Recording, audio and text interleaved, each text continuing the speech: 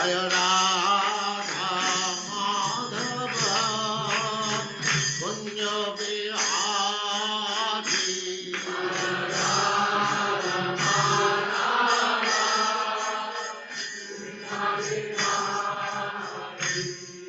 Jaya Radha Madhava Kunja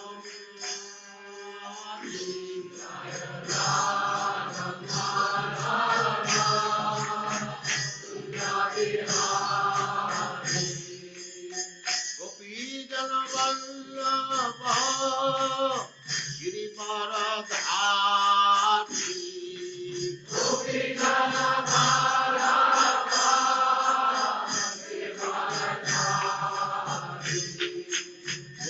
Jana Vallabha Girivaradhari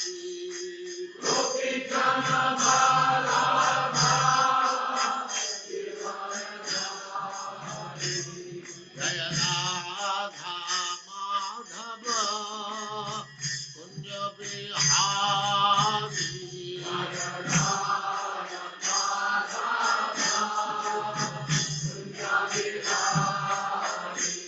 Jaya Radha Madhava Kunja Bihari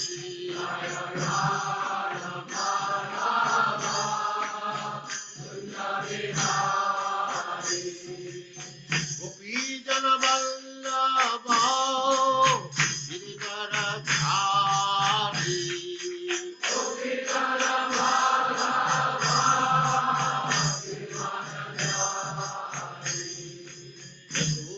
Yashodanandana Braja Jana Ranjana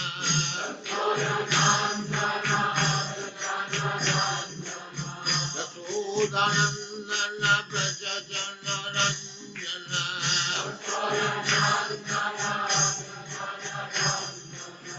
Jamuna Tira Vanachari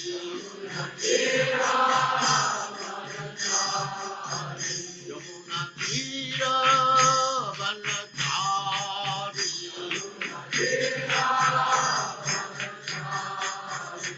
Jaya Radha Madhava Kunja Bihari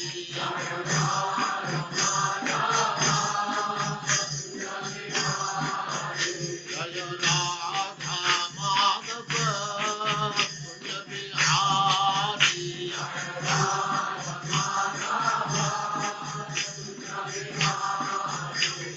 Gopi Jana Vallabha Girivaradhari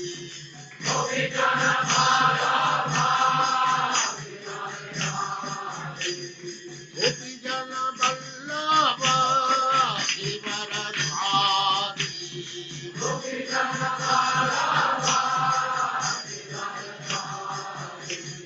Yashodanandana Braja Jana Ranjana Yashodanandana Braja Jana Ranjana Jamuna Tira Vanachari Jaya Radha Madhava Kunja Bihari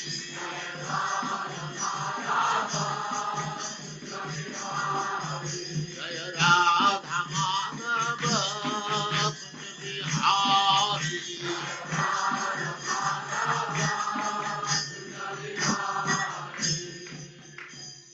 Jaya Srimad Bhagavatam Hare Krishna Krishna Krishna Hare Hare Hare Rama Rama Rama Hare Hare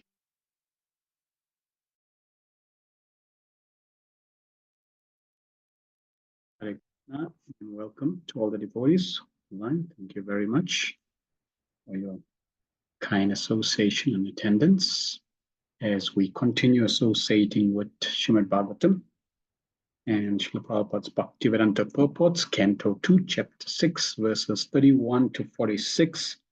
We'll see how far we go with these verses. If we have to do it in 2 sessions, we'll do it in 2 sessions. So let's start. Om Jnanatime Vandasya Gyananjana Shalakaya Chakshurunmilitam Yena Tasmai Shri Guruve Namaha. Shri Chaitanya Manobhistam Stapitam Yena Bhutale Swayam Rupa Kadamayam Dadati Swapadantikam.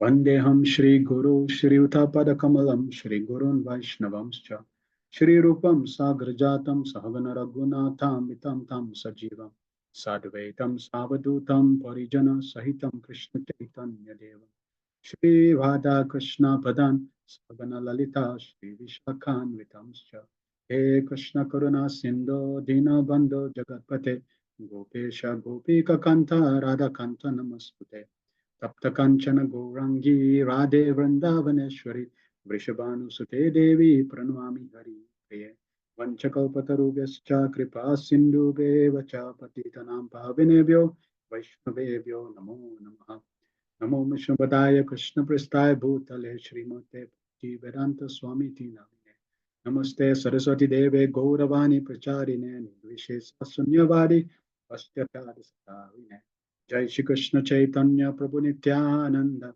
Shri Advaita Gadadhar Shivasari Gaura Bhakta Vrinda Hare Krishna Krishna Krishna Hare Hare Hare Rama Rama Rama Hare Sarva Shastra Piyusha Sarva Vedeka Satpala Sarva Siddhantaratnadya Sarva Lokai Tritprada Sarva Bhagavata Prana Srimad Bhagavato Prabhu Kalidwando Didaditya Shri Krishna Parivartita O Srimad Bhagavatam, O nectar churned from the ocean of all Vedic scriptures, O most prominent transcendental fruit of all the Vedas, O you enriched with the jewels of all spiritual philosophical conclusions, O you who grant spiritual vision to all people of the world, O light breath of the Vaishnava devotees. O Lord, you are the sun which has arisen to dispel the darkness of Kali Yuga. You actual Krishna who has returned amongst us. Paramananda Pataya Prema Vashasharayate Sarvada Sarva Sevyaya Shri Krishnaya Namastute. O Srimad Bhagavatam, offer respectful obeisance unto you. By reading one attains transcendentalness, for your syllables rain pure love God upon the reader. You are always to be served by everyone, for your incarnation, Lord Krishna. Madhika Bandhu Matsange Madguru Mahadana Manishtaraka Madbhagya Madananda Namastute. O Srimad Bhagavatam, O my only friend, O my companion, O my teacher, O my great wealth, O my deliverer, my good fortune, O my bliss, I offer respectful obeisance unto you. Sadhu sadhu tadahi natini chochataraka hanam chakada chinmam premnari katyaspura. O Srimad Bhagavatam, O give us saintliness to the unsaint, you uplift to the very fallen. Please do not ever leave me. Please become manifest, Mahatma Trod. Accompany pure love of Krishna. Hare Krishna, Hare Krishna, Krishna Krishna, Hare Hare, Hare Rama, Rama Rama, Hare Hare. Om Namo Bhagavate Vasudevaya Janmadyasya Yatonvayaditaratas Charte Swabhigna Swarat Tene Brahma Hidaya Adikavaye Muyanti Yatsuraya Tejo Bari Mridam Yatha Vinimayo Yatrati Sargom Risha Damna Svena Sada Nirastakwakam Satyam Param Dhimahi. O my Lord Shri Krishna, Son of Vasudeva, O pervading person out of Godhead, offer my respectful obeisance to you. I meditate upon Lord Shri Krishna because he is the absolute truth and the apparent cause of all causes of creation, sustenance, destruction, and destruction of the manifested universes. He is directly and indirectly conscious of all manifestations, and is independent because there is no other cause beyond him. It is he only who first imparted the Vedic knowledge unto the heart of Brahmaji, the original living being. By him even the great sages and demigods are placed in delusion, as one is bewildered by illusory representation of water seen in fire, land seen on water. Only because of him do the material universes temporarily manifested by the reactions of the three modes of nature appear factual, although they are unreal. I therefore meditate upon him, Lord Shri Krishna, who is eternally existent, in the transcendental abode which is forever free from illusory representation of the material world. I meditate upon him, for he is the absolute truth. Pranal Paisha Sabya Kalavasmin Yuge Jana Manda Sumanda Matayo Mandavagyo Padrita. Ulanad one, in this ironage of Kali, many but short lies, they're quarrelsome, lazy, misguided, unlucky, and above always disturbed. Narayan Namaskritya Narachevam Narotamam Devim Saraswatim Vyasam Tato Jayamudirayat. Before reciting the Srimad Bhagavatam visit, which is the very means of conquest, one should offer respectful obeisance unto the person of God and Narayan, unto Naran Narayan Rishi, the supremest human being, and the Mother Saraswati, the goddess of learning, and unto Srila Vyasa, the author. Savai pumsa parodharmo yato bhaktira dokchaje ohitukya pratihata yatma suprasiddhati. The supreme occupation, dharma for all humanity, is that by which men can attain to loving devotional service unto the transcendent Lord. Such devotional service must be unmotivated and uninterrupted to completely satisfy the self. Vasudeva Bhagavati Bhakti Yuga Prayojita Janayatsu Savairagyam Yanam Chayat Ayutakam. By rendering devotional service under the personality of God as Shri Krishna, one immediately acquires conscious knowledge and detachment. Vedanti Tattva Vidas Tattvam Yachknana Badvayam Brahmeti Paramatmeti Bhagavaniti Sabhyate. Then the transcendentalists who know the absolute truth, all this non-dual substance, Brahman, Paramatma, Bhagavan. Shrushushoshadhanasya Vasudeva Kataruchi Syan Mahatsevaya Vipra Punya Tirtha Nishevana. O twice born sages, by serving those devotees completely freed from all vice, great service is done. By such service, one gains affinity for hearing the messages of Vasudeva. Shrinvatam Swagata Krishna Punya Shravana Kirtana Ridantastoya Badrani Vidunoti Suritsatam. Shri Krishna, the personality of Godhead, who is Paramatma, supersoul in everyone's heart. And the benefactor of a truthful devotee cleanses desire from material enjoyment from the heart of the devotee is developed the urge to hear his messages, which are in themselves virtues and properly heard and chanted. Nasta Prashu Badreshu Nitam Bhagavata Sevaya Bhagavatu Tamasloke Bhakti Bhavati Nashtiki. By regular attendance and classes in the Bhagavatam and by rendering of service to the pure devotee, all that is troublesome to the heart is almost completely destroyed in loving service under the personality of Godhead, who is praised with transcendental songs, is established in every book of fact. Etavan Sankhya Yoga Vyam Swadharmam Pari Nishtaya Janmalabha Para Pumsam Antenara Yanusmriti, the highest perfection of life achieved either by complete knowledge of matter and spirit, by practice of mystic power, or by perfect discharge of occupational duty, is to remember the personality of God at the end. Akama Sarvakama Va Moksha Kama Udariti Vrena Bhakti Yogena Yajade Parusham Param. Person who has broad intelligence, whether he be full of all material desires, without any material desires, or desiring liberation, must by all means worship the supreme whole personality of Om Namo Bhagavate Vasudevaya. Om Namo Bhagavate Vasudevaya. Om Namo Bhagavate Vasudevaya. We are continuing Srimad Bhagavatam based on the teachings of divine grace of the Charu of the International Society of Krishna. Hare Krishna, and welcome again.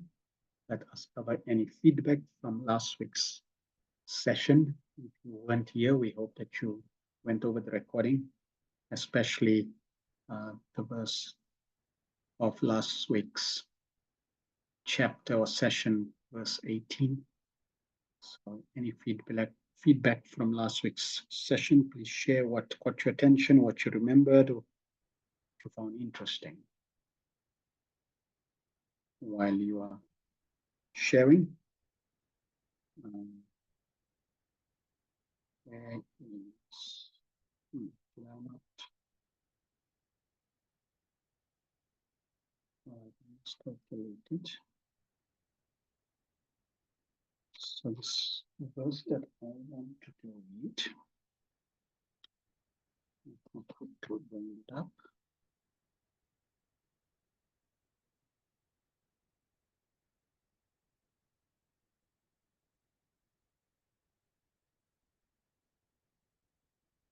So the verse that I was going to recap was from verse 13, where Srila Prabhupada says, and I'm reading, it's a small purport that we covered last week. Daityas are devotees of demigods because they want to derive the greatest possible material facilities from them. Devotees of the Lord are ekanishta, or absolutely attached to the devotional service of the Lord. Therefore, they have practically no time to seek the benefits of material facilities. Because of their realization of their spiritual identity, they are more concerned with spiritual emancipation than with material comforts. So, a very, very amazing purport, short, but very profound. Srila Prabhupada is making the point that Daityas, So the Daityas are devotees of demigods. They, like, for example, Hiranyakashipu, Hiranyaksha, the demons, they worship the demigods. So they're not devotees of Krishna, they are Daityas, they are devotees of demigods. And their interest is only to increase material facilities.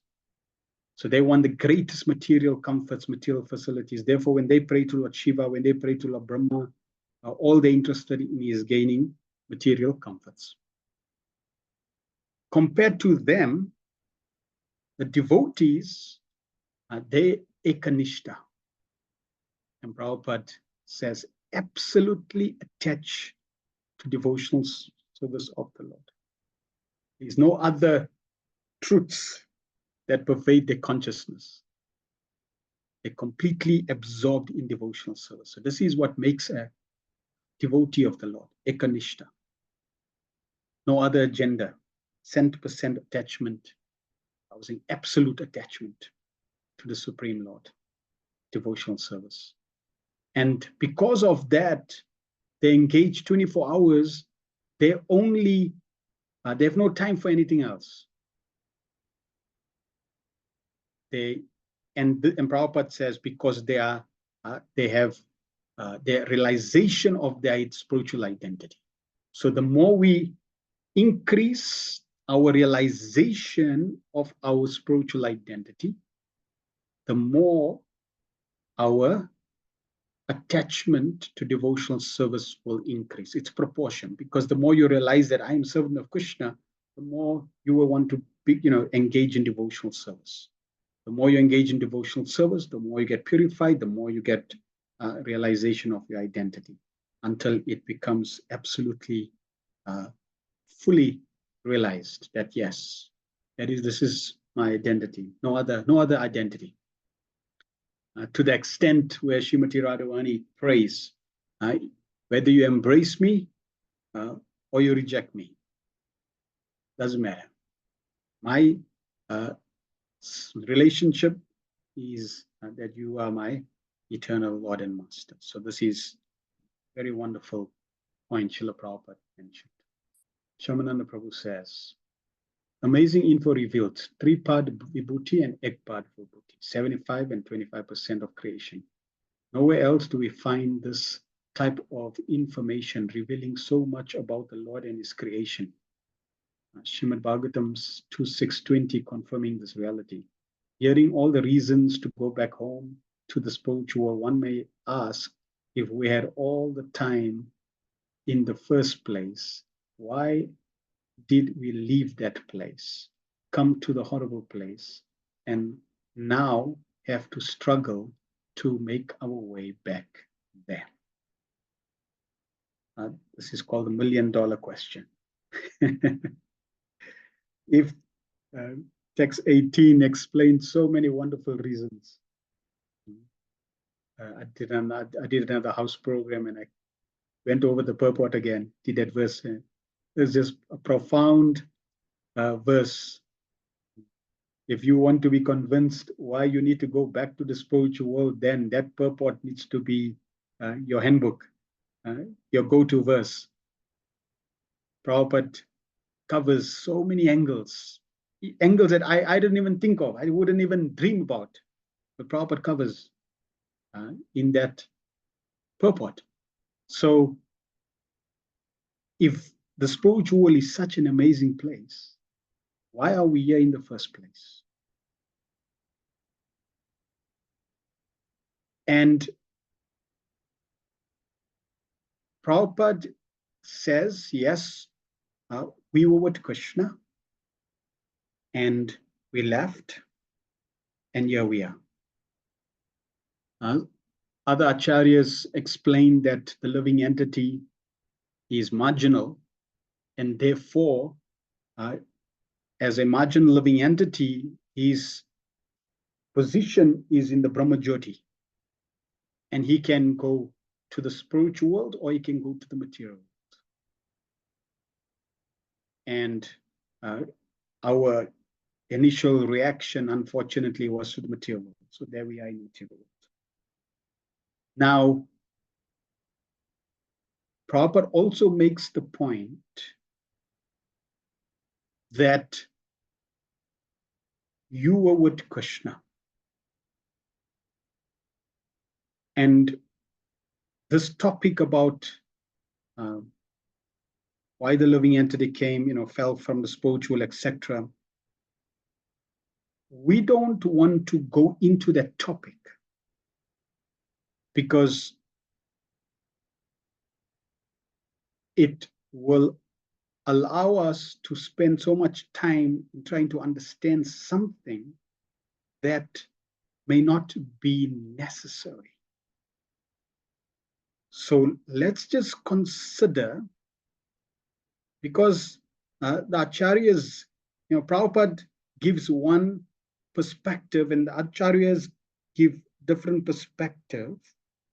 We need to understand Prabhupada's perspective for us. So the way I understood Prabhupada's perspective after reading different devotees' view on this, sannyasi's view as well, is when Prabhupada says you were with Krishna and you left the material world, type in the chat, who is responsible?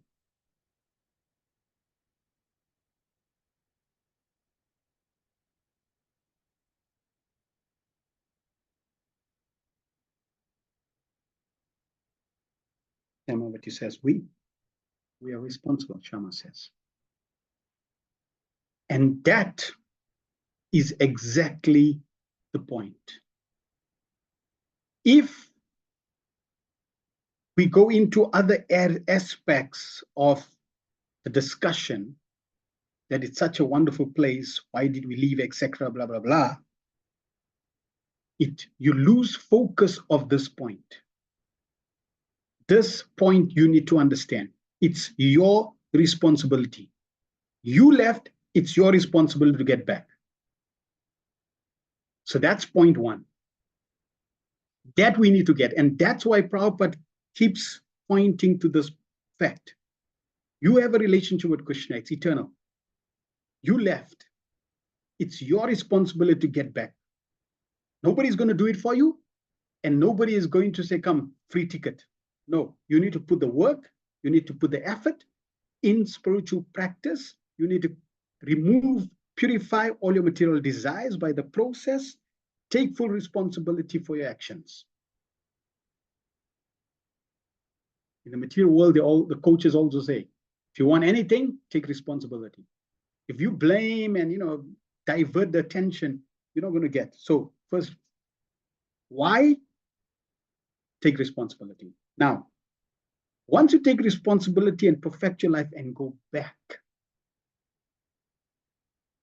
from that place, you will not return. Krishna makes this promise. So, how the living entity and from where the living entity fell is immaterial. If we have firm faith in Prabhupada's instructions and we have firm faith in Krishna's instructions, we are already in the mess. Therefore, we're going to get out of the mess. Consider your house is burning. Right? You're taking rest. All of a sudden, you smell smoke. You wake up. Your house is on fire. What are you going to do?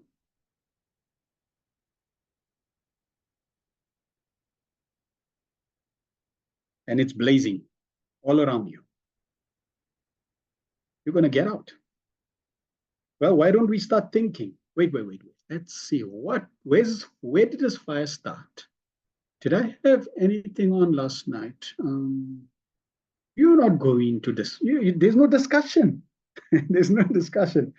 Did the fire start first, before I rested, after I rested?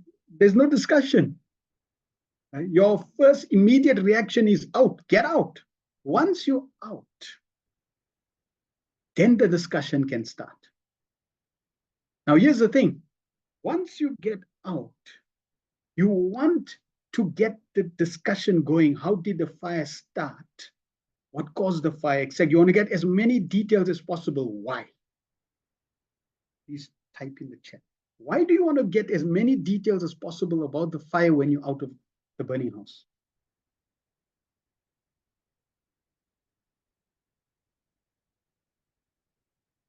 Okay, good. It doesn't happen again. Looking for more practical reason. So that's good. Yeah, so that you can prepare so it doesn't happen again, definitely. Any others? Why? Consider practically. Your house is on fire. You go out. It's burning. What would you do next?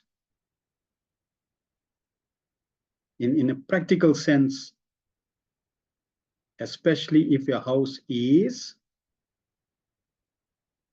find who is at fault, why.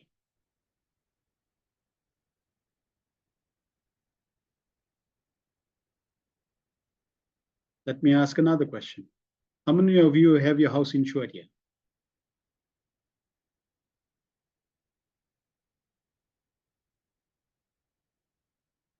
Any of you have your house insured?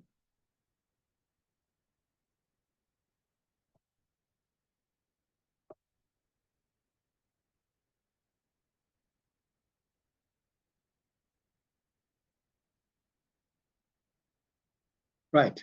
So if your house is insured and now you're out of your burning house, guess what you're going to do? You're going to try to figure out what caused the fire and then complete the insurance policies. You're going to claim. Yeah.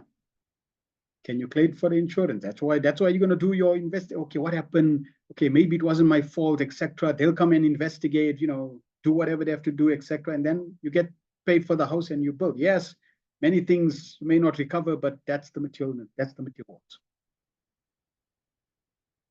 Consider Tongat. The tornado came, practically dismantle your house completely. May not be insured because natural disasters are generally not insured. So it becomes a disaster. Now, that's what you do. Take that same scenario and place it in relation to us in this material world. This material world is currently our temporary home.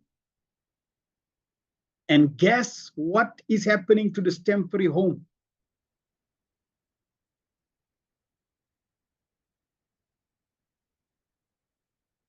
Guess what is happening in relation to the example we gave? What is happening to this material world?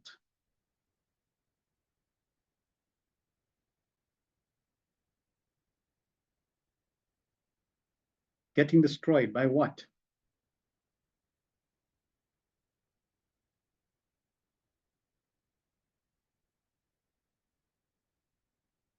Samsaradava nalalidaloka tranaya karunya gunaganatvam. This material world is a blazing forest fire. The house is burning. If the house is burning, what you going to do? You need to get out.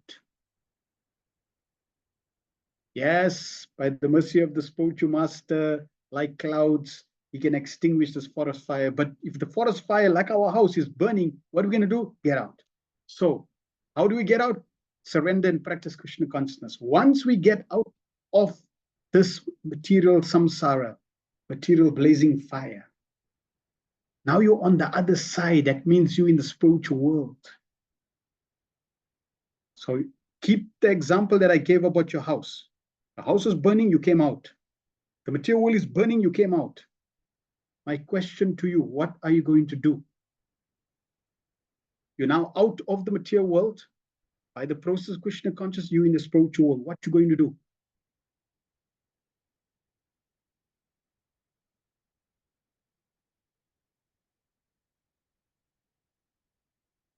Continue devotional service.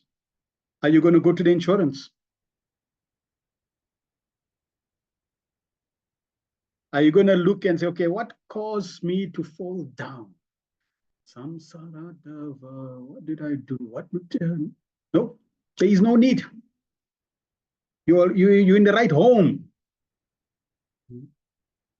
Prabhupada says you're going to look to the material world and you're going to say, what a bad dream. That's all you're going to say. It's a bad dream. That was a nightmare. Thank God I'm awake now. I'm back. That's all you're going to say. You're not going to say, let me get my insurance, let me build my house, let me go back to the material world. Nope. Because you're back in the spiritual world. That's the right place.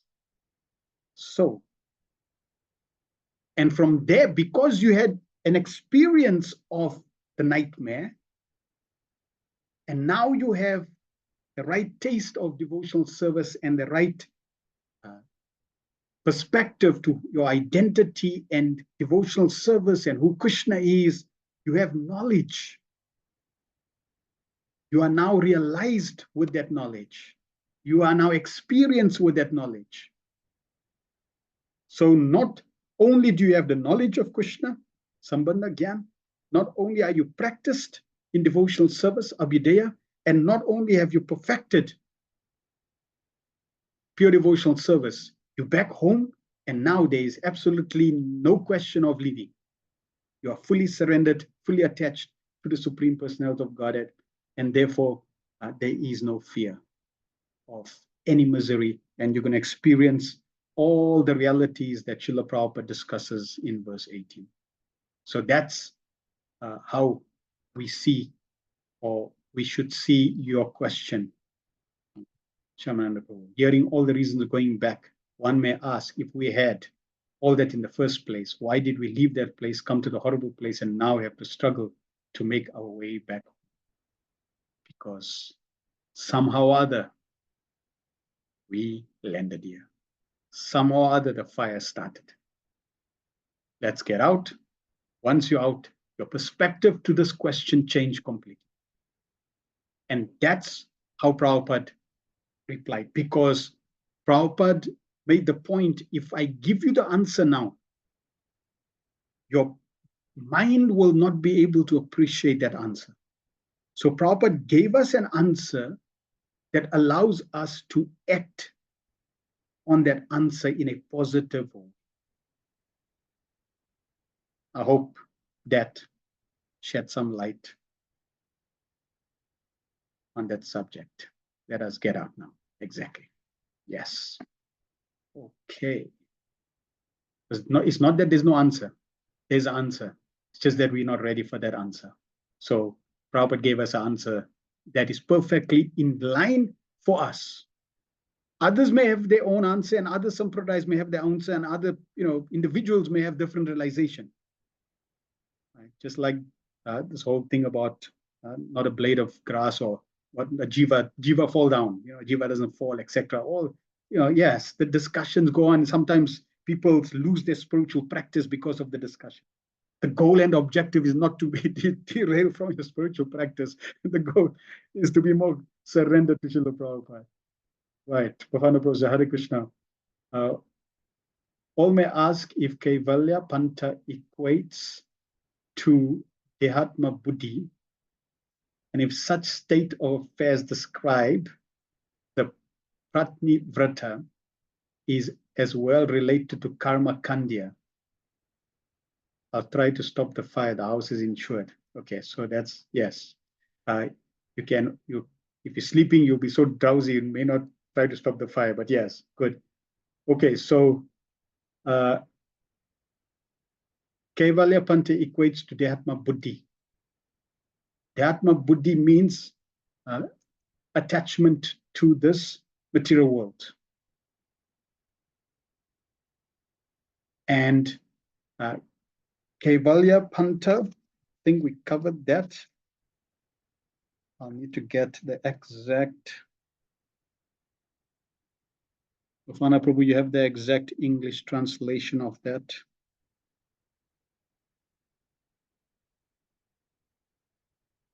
and in relation to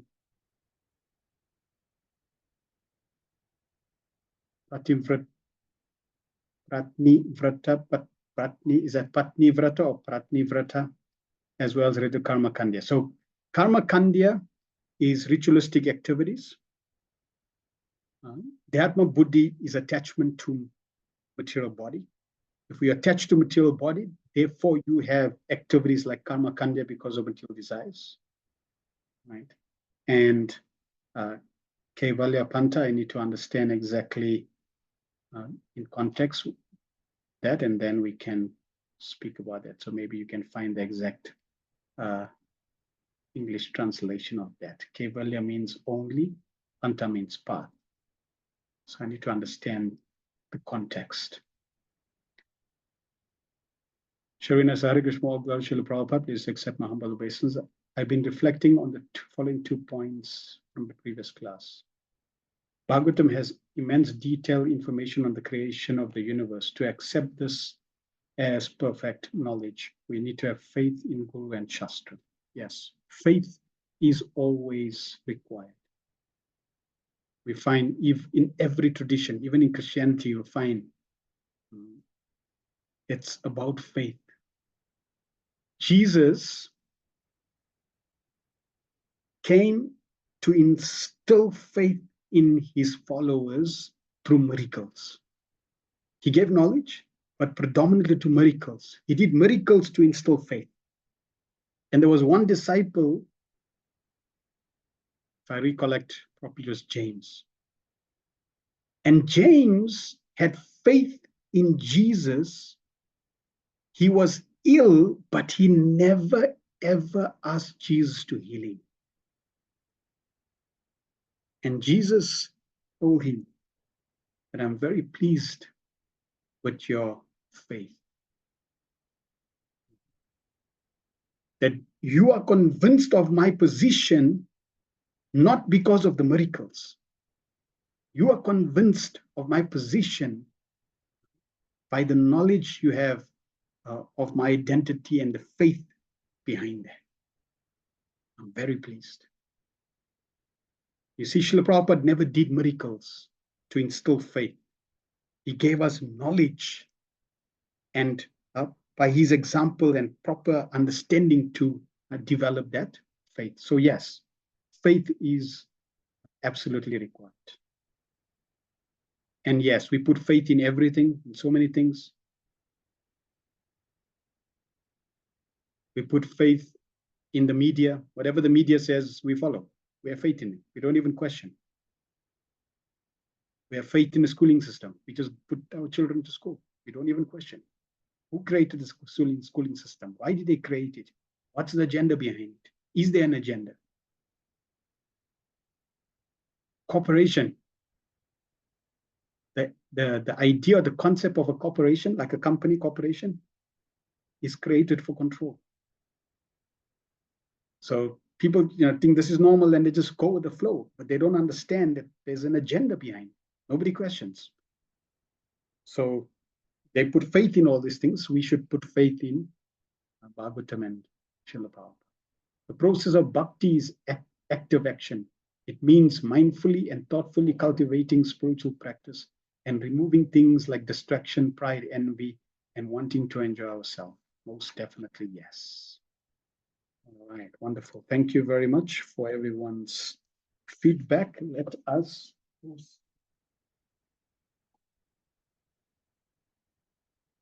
31. Narayana Bhagavati tat idam vishwam ahitam grihita mayoru guna sargadev gunaswata. All the material manifestations of the universes are therefore situated in his powerful material energies, which he accepts self-sufficiently, although he is eternally without affinity for the material.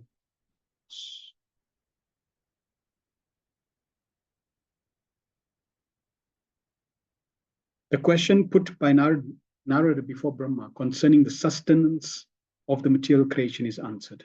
This was the last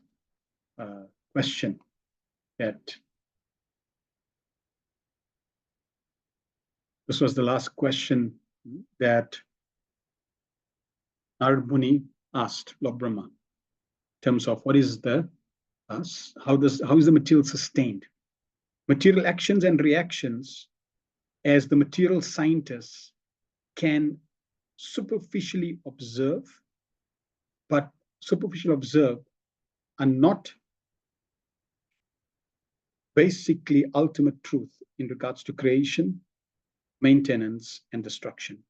The material energy is a potency of the Lord, which is displayed in time, accepting the three qualities of goodness, passion, and ignorance in the forms of Vishnu, Brahma, and Shiva. So the scientists, they perceiving the reality, but they don't perceive the absolute reality. Bhagavatam is giving the absolute reality in terms of creation. Therefore, there is absolutely no mistake. And we have a totally different perspective, or complete perspective. The material creation goes through creation, maintenance, and destruction. Predominant deities, Lord Vishnu, creation, Lord Brahma, maintenance, Lord Vishnu, and destruction, Lord Shiva. They manage that. And it is displayed in time, meaning that in all phases, material creation is controlled by time of different levels, just like we have 24 hours. Within 24 hours, or let's say within a day, you have 24 hours. Within 24 hours, you have minutes, and then you have seconds. Like that, there's time scales, minute and expanding in terms of the creation. The material energy thus works under the supreme spell of his lordship, although he is always transcendental to all such material activities. A rich man constructs a big house by spending his energy in the shape of resources, and similarly, he destroys a big house by his resources. But the maintenance is always under his personal care. The Lord is the richest of the rich, because he's always full, complete in six opulences. Therefore, he is not required to do anything personally, but everything in this material world is carried out by his wishes and direction. Therefore, the entire material manifestation is situated in Narayan, the Supreme Personality of God. The impersonal conception of the Supreme Truth is due to lack of knowledge only. And this fact is clearly explained by Brahmaji, who is supposed to be the creator of the universal affairs. Brahmaji is the highest authority in Vedic wisdom, and his assertion, this connection is therefore supreme information. So there is no question of impersonal, supreme impersonal energy, etc. No, there is a personality of Godhead, and he is behind creation. 32. Srijami tan niyuktoham haro harati tadvasha vishvam purusha rupena paripati trishaktikrik. By his will I create, Lord Shiva destroys, and he himself in his eternal form as the personality of God and maintains everything. He is the powerful controller of these three energies. So this is the position of the Supreme Personality of God. The conception of one without a second is clearly confirmed here. The one is Lord Vasudeva. And only by his different energies and expansions are different manifestations, both in the material and in the spiritual worlds, maintained. In the material worlds, also Lord Vasudeva is everything. It's stated in Bhagavad Gita 7:19. Vasudeva Sarvam Iti. Everything is Vasudeva only. In the Vedic hymns also, the same Vasudeva is held to be the supreme. It is said in the Vedas, Vasudevat Paro Brahman Chanyo Ritosti Tatvataha. In fact, there is no greater truth than Vasudeva. And Lord Krishna affirms the same truth in Bhagavad Gita 7:7. Mata Parataram Nanyat. There is nothing above me, Lord Krishna. So the conception of oneness, as overly stressed by the impersonalists, is also accepted by the personal devotees of the Lord. The difference is that the impersonalist denies personality in the ultimate issue, whereas the devotees give more importance to the personality of God.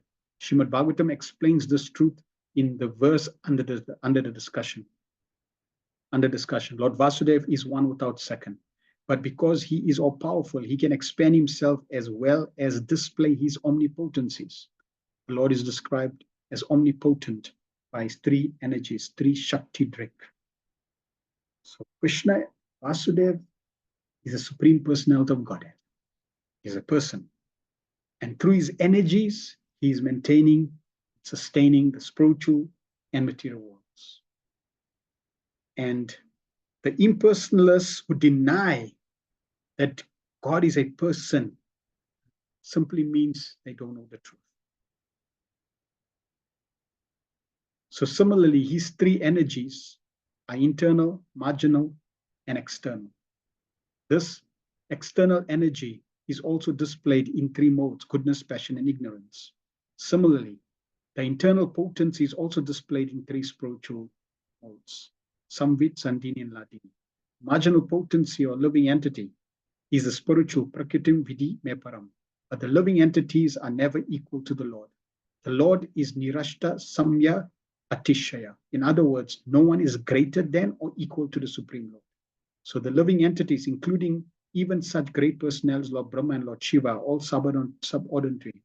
In the material world, also, he is in his eternal form of Vishnu. He maintains, controls affairs of the demigods, including Lord Brahma and Shiva. So the living entities have the same quality as the Supreme Lord, but never the same quantity. 33. Iti te bihitam tata ye tadam anuprishchasi nanyat bhagavatak kinchid bhavyam sad asad atmakam. My dear son, whatever you inquired from me, I've thus explained unto you. You must know for certain that whatever there is, either as cause or as effect, both in the material and spiritual world, is dependent on the Supreme Personality of God. So whatever we see, whatever we experience, the basis, cause, and the effect of that is the Supreme Personality of God. Question. The complete cosmic situation, both in the material and in the spiritual manifestations of the energies of the Lord, is working and moving first as the cause and then as effect. But the original cause is the Supreme Personality of Godhead. Effects of the original cause become causes of other effects. And thus everything, either permanent or temporary, is working as cause and effect. So this is nature's law. Just like because of my desires, I want to eat sugar. So I begin to eat sugar. So now you can say I'm eating sugar because the effect of me eating sugar is caused by my desires. Me eating sugar and more sugar poisons my blood, and then I get boils. So the boil is the effect. What caused the boil? Eating sugar. But eating sugar is also a cause and an effect. It's the cause which causes the boils, but it's also an effect of the original cause, which is desire. So like that, there's a ramification. But the ultimate cause and effect is the Supreme Personality of God. He causes everything, and he affects everything through his energies.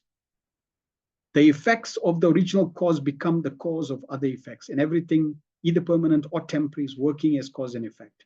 And because the Lord is the primal cause of all persons and all energies, he is called the cause of all causes. As confirmed in Brahma Samhita, as well as in Bhagavad Gita. Brahma Samhita affirms, Ishvara Parama Krishna Sachidananda Vigraha Narirare Govina Sarva Karana Karanam. Sarva Karana Karanam.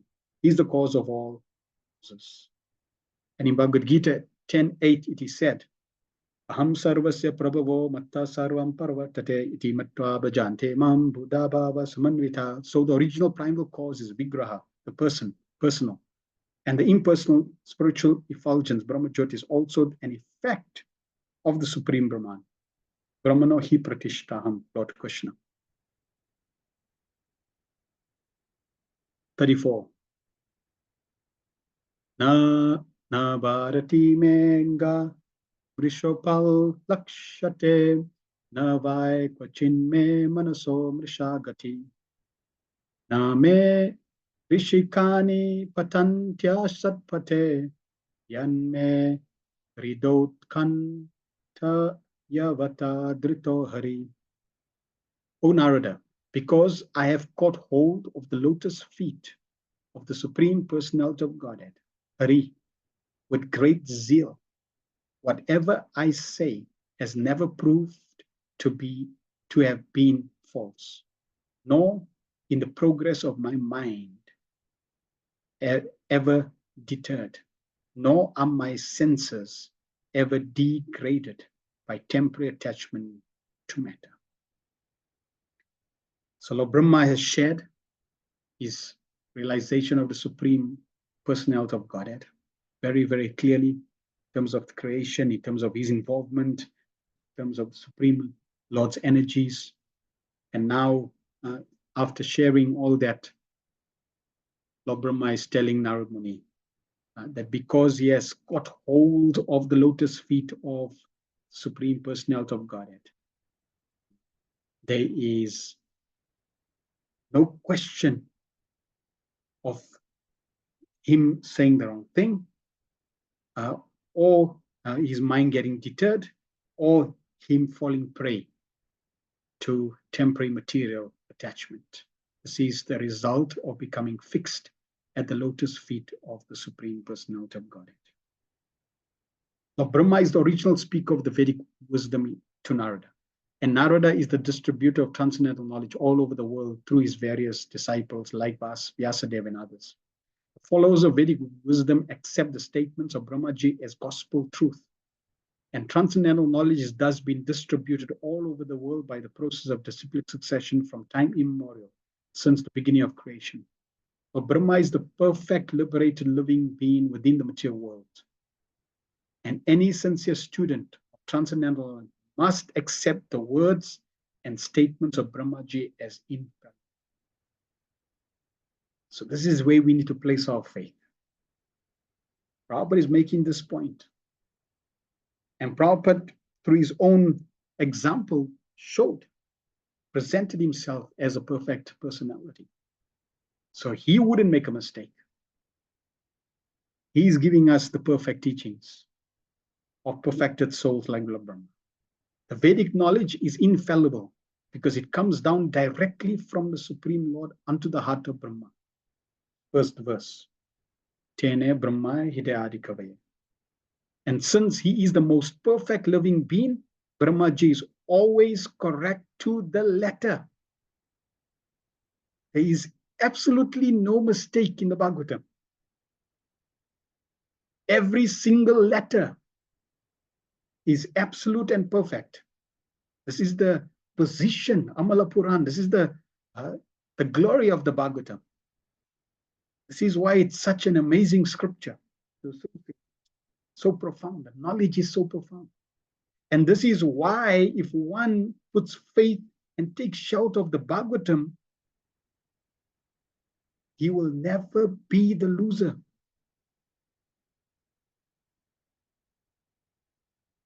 He'll have perfect knowledge, perfect understanding, perfect destination, perfect love, perfect bliss, everything you need in its perfection, in its completeness, perfect relationship with absolute truth. This is the gift, the benediction of the Bhagavatam. And this is because Lord Brahma is a great devotee of the Lord who has earnestly accepted the lotus feet of the Lord as the supreme truth. In Brahma Samhita, which is compiled by Brahmaji, he repeats the aphorism, Govindam Adi Purusham Tamaham Bhajami. I am a worshipper of the original personality of God at Govinda, the primeval Lord. So whatever he says, whatever he thinks, and whatever he does normally in his mood, are to be accepted as truth because of his direct and very intimate connection with Govinda, the primal Lord. We can say the same thing for Srila Prabhupada. Whatever Srila Prabhupada says, whatever Srila Prabhupada thinks, and whatever he does normally in his mood are to be accepted as truth. Why? Because Srila Prabhupada's direct and intimate connection with Govinda, the primal. And our allegiance is to Srila Prabhupada.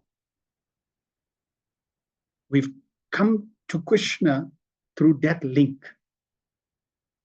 And therefore, like someone who rescues, let's go back to your burning house. So let's say that only one room just, something in the room just caught on fire.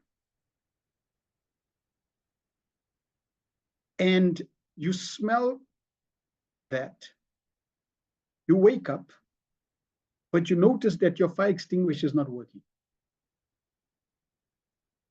So you scream for help. Because in some cases, if you put water on on something that's flammable, it can increase. It can burn more vigorously. So now you scream for help and your neighbor quickly comes with a fire extinguisher and extinguishes the fire, and the damage was saved. What will your attitude be towards your neighbor?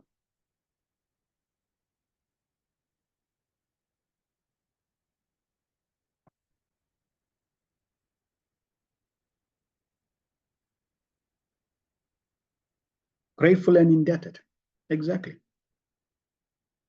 You will be grateful.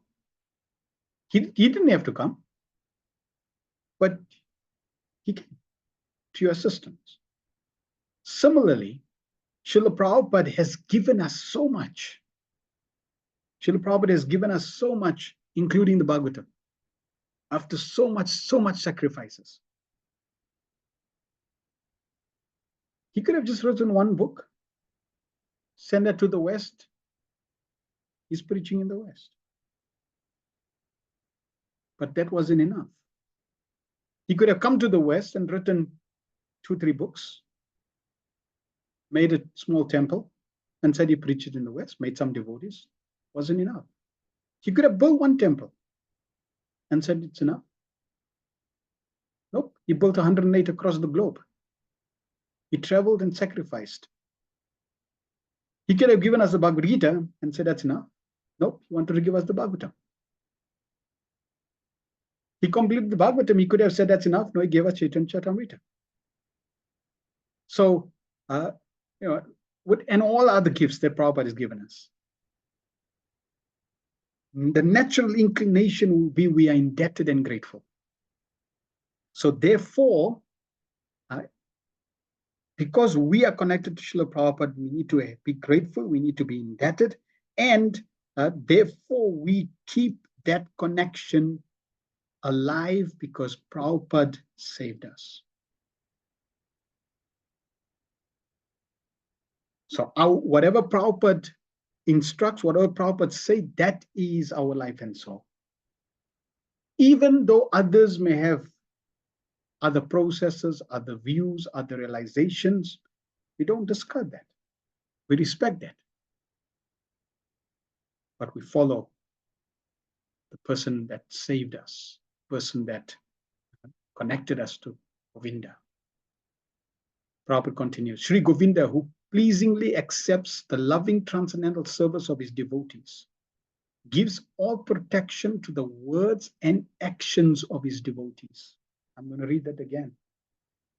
Sri Govinda, who pleasingly accepts the loving transcendental service of his devotees, give all protection to the words and actions of his devotees. The Lord declares in Bhagavad Gita 9:31, Konteya pratijani hi name bhakta pranishyati. O son of Kunti, please declare boldly that my devotee never perishes. The Lord asked Arjuna to declare it. Why? Because sometimes the declaration of Govinda himself may seem contradictory to mundane creatures, but the mundaner will never find any contradiction in the words of the Lord's devotees. Devotees are especially protected by the Lord so that they may remain infallible. Prabhupada's desires, Prabhupada's words in his books are infallible because of this relationship. So if Prabhupada says that you practice like this and you will achieve perfection, there is absolutely no doubt. Absolutely no doubt. Because the Lord would protect the words and actions of his devotees. Therefore, the process of devotional service always begins with the service of the devotee who appears in disciplic succession. The devotees are always liberated, but that does not mean that they are impersonal. The Lord is a person eternally, and the devotee of the Lord is also a person eternally. Because the devotee has his sense organs, even at the liberated stage. He is therefore a person always. Remember our story of the sweet bowl. The devotee has his sense organs even at the liberated stage. Right now, your senses, your spiritual senses are dull. They're not active. Your material senses of this body are active. So as a pure devotee, as a liberated soul, you have those organs. And because the devotee's service is accepted by the Lord in full reciprocation, the Lord is also a person in his complete spiritual embodiment. The devotee's senses, being engaged in the service of the Lord, never go astray under the attraction of false material enjoyment. The plans of the devotee never go in vain. And all this is due to the faithful attachment of the devotee for the service of the Lord. This is the standard of perfection and liberation. Anyone, beginning from Brahmaji down to the human being, is at once put on the path of liberation simply by his attachment in great earnestness for the Supreme Lord Shri Krishna, the Primal Lord. Anyone beginning from Brahmaji to the human being, that means including us, is at once put on the path of liberation simply by his attachment in great earnestness for the Supreme Lord Shri Krishna, the Primal Lord. So we see Prabhupada emphasizing again and again and again, Krishna is a person. He's not impersonal, he's a person. And you are a person. And you can cultivate an attachment to Krishna. And if you cultivate an attachment to Krishna with great earnestness, great eagerness, great zest, great desire, great greed, you on the path of liberation. You're on the path going back to Godhead. You're on the path of safety. You're on the path of fearlessness. The Lord affirms this in Bhagavad Gita 14:26. Am chayo vyabhicharena bhakti yoge nasevate sagunan samatityaitan brahmabhuya yakalpate. Anyone, therefore, who is earnestly serious in heart and soul about being in intimate touch with the personality of Godhead, in the relationship of transcendental loving service, will always be infallible in words and action. Because they are perfect. Self-realized, situated lotus feet of the Supreme Personality of God. So, again and again, the word earnestly, seriously, that only can come from us. And that can come when we associate with those who are earnest and serious. So therefore, association of those who are earnest and serious is very important for us to cultivate that mood of earnest and seriousness. The reason is that the Supreme Lord is the absolute truth, and anything earnestly dovetailed with the absolute truth attains the same transcendental quality. On the other hand, any amount of mental speculation on the strength of material science and knowledge without any bona fide touch with the absolute truth is sure to be a mundane untruth and failure, simply due to not being in touch with the absolute truth. Such godless, unfaithful words and actions, however materially enriched, are never to be trusted. That is the purport of this important verse. A grain of devotion is more valuable than tons of faithlessness.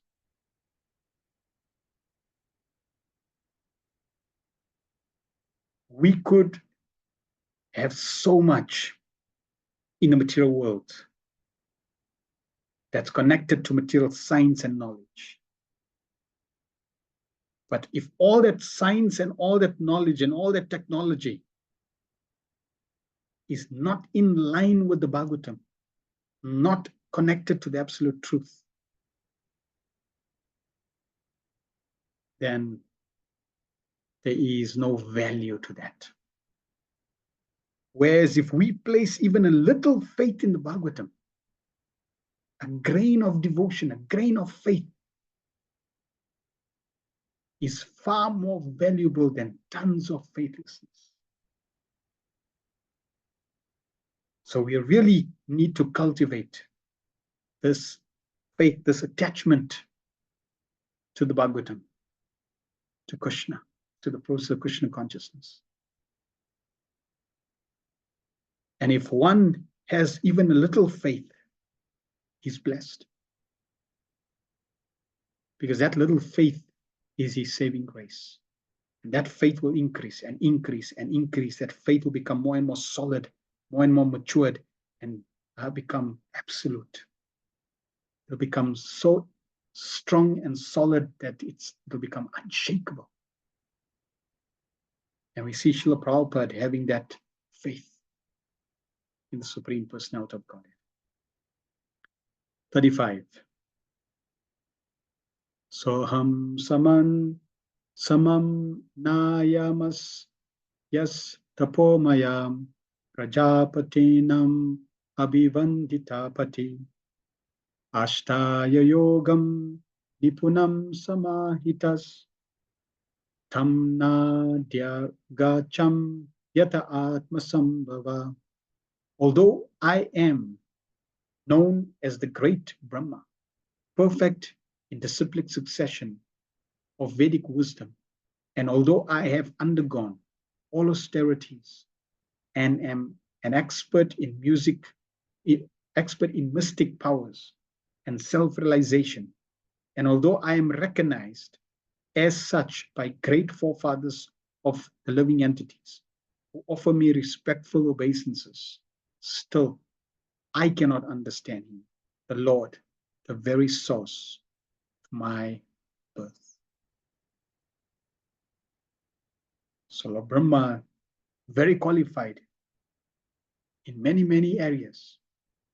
And he's saying, even I can understand Krishna. And here you get some insignificant little teeny-weeny scientists. Oh yeah, we know God. Or there is no God. And they get a Nobel Prize. This is craziness. Brahma, the greatest of all living creatures within the universe, is admitting his failure to know the Supreme Lord despite his vast learning in the Vedic wisdom, despite his austerities, penances, mystic powers, and self-realization, and despite being worshipped by the great Prajapatis, the forefathers of living entities. So these qualifications are not sufficient to know the Supreme Lord. Brahmaji could understand the Lord to a little extent only when he was trying to serve him by the eagerness of his heart. Riddho Kantya Vata, which is the devotional service mode.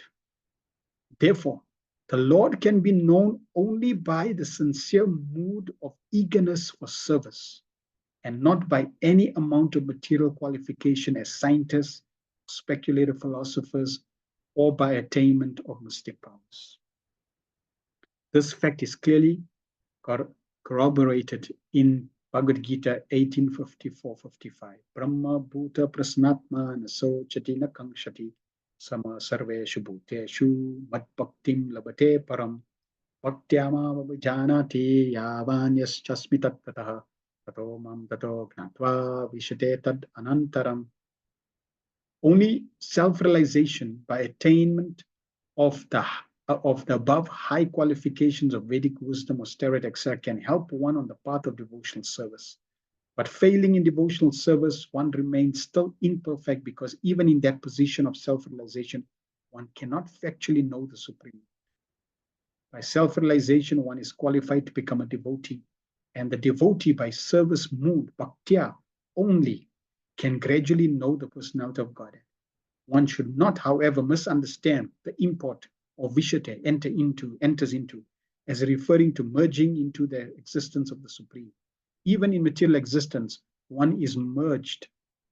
Even in material existence, one is merged in the existence of the Lord. No materialist can disentangle the self from matter, for the self is merged in the external energy of the Lord. As no layman can separate butter from milk, no one can extricate the merged self from matter by acquiring some material qualification. So the bottom line is, we can only understand the Supreme Lord by the mood of service. And that also only understand the Supreme Lord to the degree he reveals himself, because Krishna is unlimited. Therefore, the limited living entity cannot understand the complete unlimited Supreme Personality of God. Even Krishna cannot fathom his unlimited nature. It's so vast, and it's ever expanding. So we cannot know everything about Krishna, but we can know as much as Krishna provides to us to know in Bhagavad Gita, Bhagavatam, Chaitanya Charitamrita. That amount we can understand and we can know. Otherwise, it is not possible. And even if we have that knowledge, the mood of service to the Supreme Lord has to be there. Otherwise, we'll never be able to understand. If one is very materialistic, one thinks one's very educated, intelligent, one can understand God without service, he will not be able to understand, he'll not be able to enter into the mysteries of Krishna's understanding. And because he will not understand, he will really not surrender to the Supreme Lord. This vishate, by devotion, bhaktya, means to be able to participate in the association of the Lord in person. Bhakti, or devotional service to the Lord, means to become free from material entanglement and then to enter into the kingdom of God, becoming one like him. Losing one's individuality is not the aim of Bhakti Yoga or of the devotees of the Lord. There are 5 types of liberation, one of which is called Sayuja Mukti, or being merged into the existence or the body of the Lord. Other forms of liberation maintains the individuality of the particle soul and involves being always engaged in the transcendental loving service of the Lord. The word vishate, used in text 1855 of Bhagavad Gita, is thus meant for the devotees who are not at all anxious for any kind of liberation. Devotees are satisfied simply in being engaged in the service of the Lord, regardless of the situation. But Brahma is the first living being who directly learned the Vedic knowledge, the Vedic wisdom from the Lord. Tena Brahma Hidaya Adikavaya, Srimad Bhagavatam 1:1:1. Therefore, who can be a more learned Vedantas than Lord Brahma? He admits that in spite of his perfect knowledge in the Vedas, he was unable to know the glories of the Lord. Since no one can be more than Lord Brahman, how can a so-called Vedantas be perfectly cognizant of the absolute truth? The so-called Vedantas, therefore, cannot enter into the existence of the Lord without being trained in the matter of Bhakti Vedanta, or Vedanta plus Bhakti. Vedanta means self-realization, and Bhakti means realization of the personality of Godhead to some extent. No one can know the personality of Godhead in full, but at least to the certain extent, one can know the absolute truth, the personality of God, by self-surrender and a devotional attitude, and by nothing else.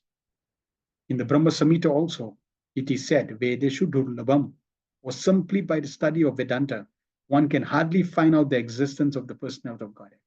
But the Lord is Ardurlabham Atma Bhakto, very easily available to his devotee. Srila Vyasadeva, therefore, was not satisfied simply with compiling the Vedanta Sutras, but over and above this, by the advice of his spiritual master Narada, he compiled the Srimad Bhagavatam in order to understand the real import of Vedanta. Srimad Bhagavatam, therefore, is the absolute medium by which to understand the absolute truth. So you could be as educated, as intelligent, as qualified as Lord Brahma, and you'll not have access to understanding the absolute truth. You could be expert in Vedanta, the philosophy of the Vedas, and you may not understand the absolute truth. And the example is Vyasadeva himself. And Vyasadeva is revealing to us that no matter how educated you are in knowledge, and even if you practice all the karma kanda rituals, you will not understand the supreme absolute truth, and there will be a void. That void can be replaced, that void can be filled only by Srimad Bhagavatam. And you can understand the absolute truth by Srimad Bhagavatam. So the knowledge that we are being exposed to systematically by Srila Prabhupada is purifying us and at the same time making us qualified to understand the supreme absolute truth and allowing us to understand Krishna. Questions which plague other living entities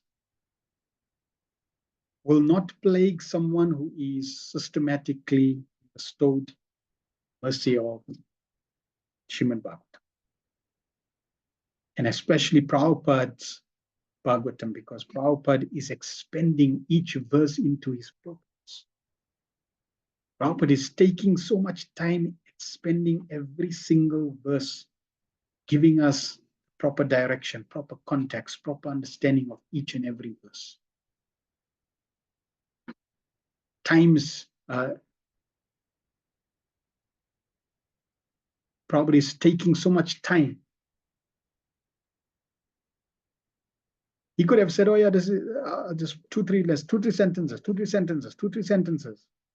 You have to finish up. Quick. No, there is no question of finishing up. Prabhupada knew he may not complete the Bhagavatam, so he could be rushing, but no, there was no need to rush. This is not a question of rushing. It's not a question of finishing. It's not a race. Let's finish. Let's see who finishes first reading the Bhagavatam. No, it's a question of assimilating the subject, understanding the subject, understanding the content, contemplating on the content, meditating on the content, applying the content, realizing the content. And the content is focused on who? The absolute truth. Sri Krishna. 36. Atosmyaham tachcharanam sami yusham bhavachidam swastyayanam sumangalam yoyatmamaya vibaham sma paryadgat yatanava swantam atapare kutam.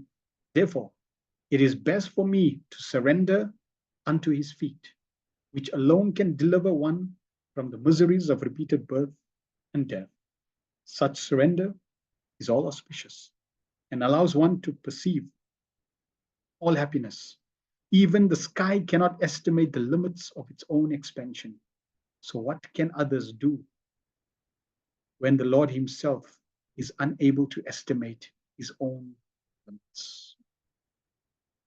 Lord Brahma, the greatest of all learned living beings, the greatest sacrificer, the greatest observer of the austere life, the greatest self-realized mystic, advises us as the supreme spiritual master of all living beings that one should simply surrender unto the lotus feet of the Lord in order to achieve all success, even up to the limit of being liberated from the miseries of material life and being endowed with all auspicious spiritual existence. This is how faith is created. We jump into a plane, we sit, we buckle up, and we fly. Because we have faith in the company, we have faith in the airlines, we have faith that they have processes in place to train the pilots, we have faith that the pilot got up in the morning sober, we have faith that the pilot is trained and got qualified and got certified. We place faith because why? Through experience, through education, we know that this is generally a system. Can it fail? Yeah, it can fail. Can you jump into a plane, fly up, and never land? Yes, because the material world is fallible. Material processes are fallible. Living entities, conditioned souls are fallible. But the point is we have faith. You go to the doctor. People refer you to the doctor. He's a good doctor. He's got his certificates. He's qualified. So, people place so much faith, they don't even ask the doctor for his certificate. He just has to have a nice, website, nice location. Just put a plaque. Doctor. Madri was saying she had to go to a dentist, so we call the dentist just to find out some information of the dentist there. And on the website it said 20 years experience. So looks like good experience. You go to the dentist. The dentist looks like 20 years. So where's the experience? So this is the material world. But Krishna, on the other hand, is infallible. And if the first living entity, he's got four, our Brahma, he's only got 4 heads. Now we may say he only got 4 heads, but hey, he got more heads than you. There are other Brahmas that got many, many, many, many more heads, but our Brahma's got 4 heads. His processing power is 4 times yours. So with his intelligence, and not only intelligence, the amount of sacrifice he performed, the austerities he performed, his realization, his mystic powers, his abilities, his potencies. He is saying this. He's qualified. He's experienced. I should put my faith in him. We can see the same thing for Srila Prabhupada. Consider at the age of 70 what Srila Prabhupada achieved. Going to the West, 2 heart attacks, no money, opening 108 temples, initiating thousands of disciples, writing thousands of emails, thousands of letters, thousands of letters, communicating with a worldwide mission, installing deities, festivals, farms, you name it, gurukuls, without internet, without a cell phone. That's a miracle. Writing so many books, publishing so many books. It's a miracle how someone can do so much without internet. Impossible. How can that be possible? Because he's an ordinary person. Therefore, we put faith in such a person. Because he's proving himself. We can see the result from his actions, from his words, from his writings, from his personality. Therefore, we put faith in such personalities. Look at Srila Bhaktisiddhanta Sarmaj.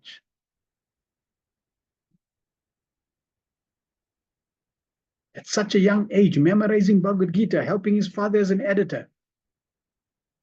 His glory is inconceivable. Lord Jagannath's mercy, right as a child, as a baby, he's getting his umbilical cord tied like a Brahman thread around him. It's inconceivable. Such great personalities. Therefore, we place faith in these people. Because why? They're proving themselves worthy. And why are they worthy of following, from surrendering to? Because they have fully surrendered to the Supreme Personality of Godhead. And Lord Brahma is saying, if we follow that, if we simply surrender to the lotus feet of Krishna, then all success is there of spiritual existence. All auspiciousness is there. All happiness is there. All freedom from suffering is there. This is the most blessed, most auspicious, most perfect life that we need to embrace. Lord Brahma is known as Pitamaha, or the father's father. A young man consults his experienced father about discharging his duties. So the father is naturally a good advisor. But Lord Brahma is the father of all fathers. He is the father of Manu, who is the father of mankind, all over the universal planets. Therefore, the man of this insignificant planet should kindly accept the instruction of Brahmaji and would do well to surrender unto the lotus feet of the Lord, rather than try to estimate the length and breadth of the Lord's potencies. His potencies are immeasurable, as confirmed in the Vedas. Parashya Shakti Vivadeva Suryate Swabhavika Jnana Bala Kriyacha. Swetaswara Upanishad 6.8.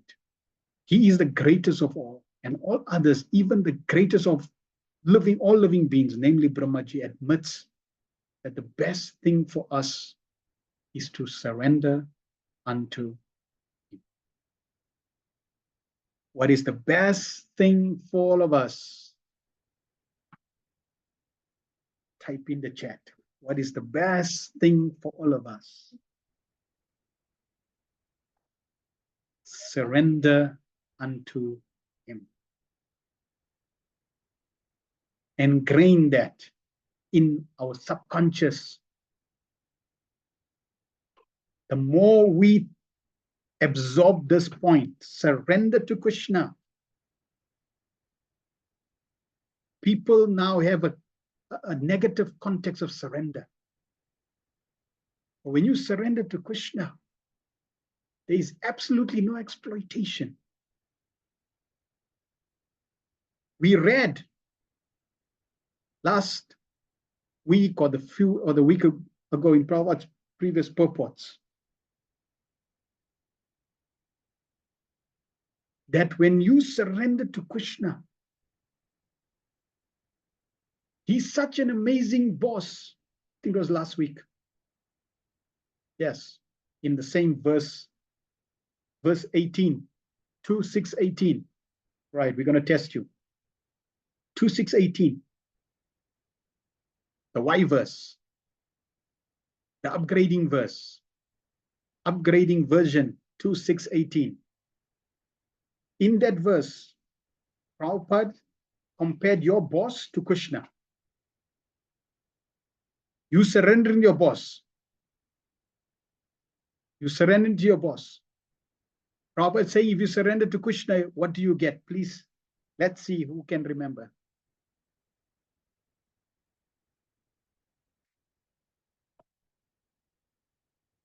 Who can remember? Type in the chat.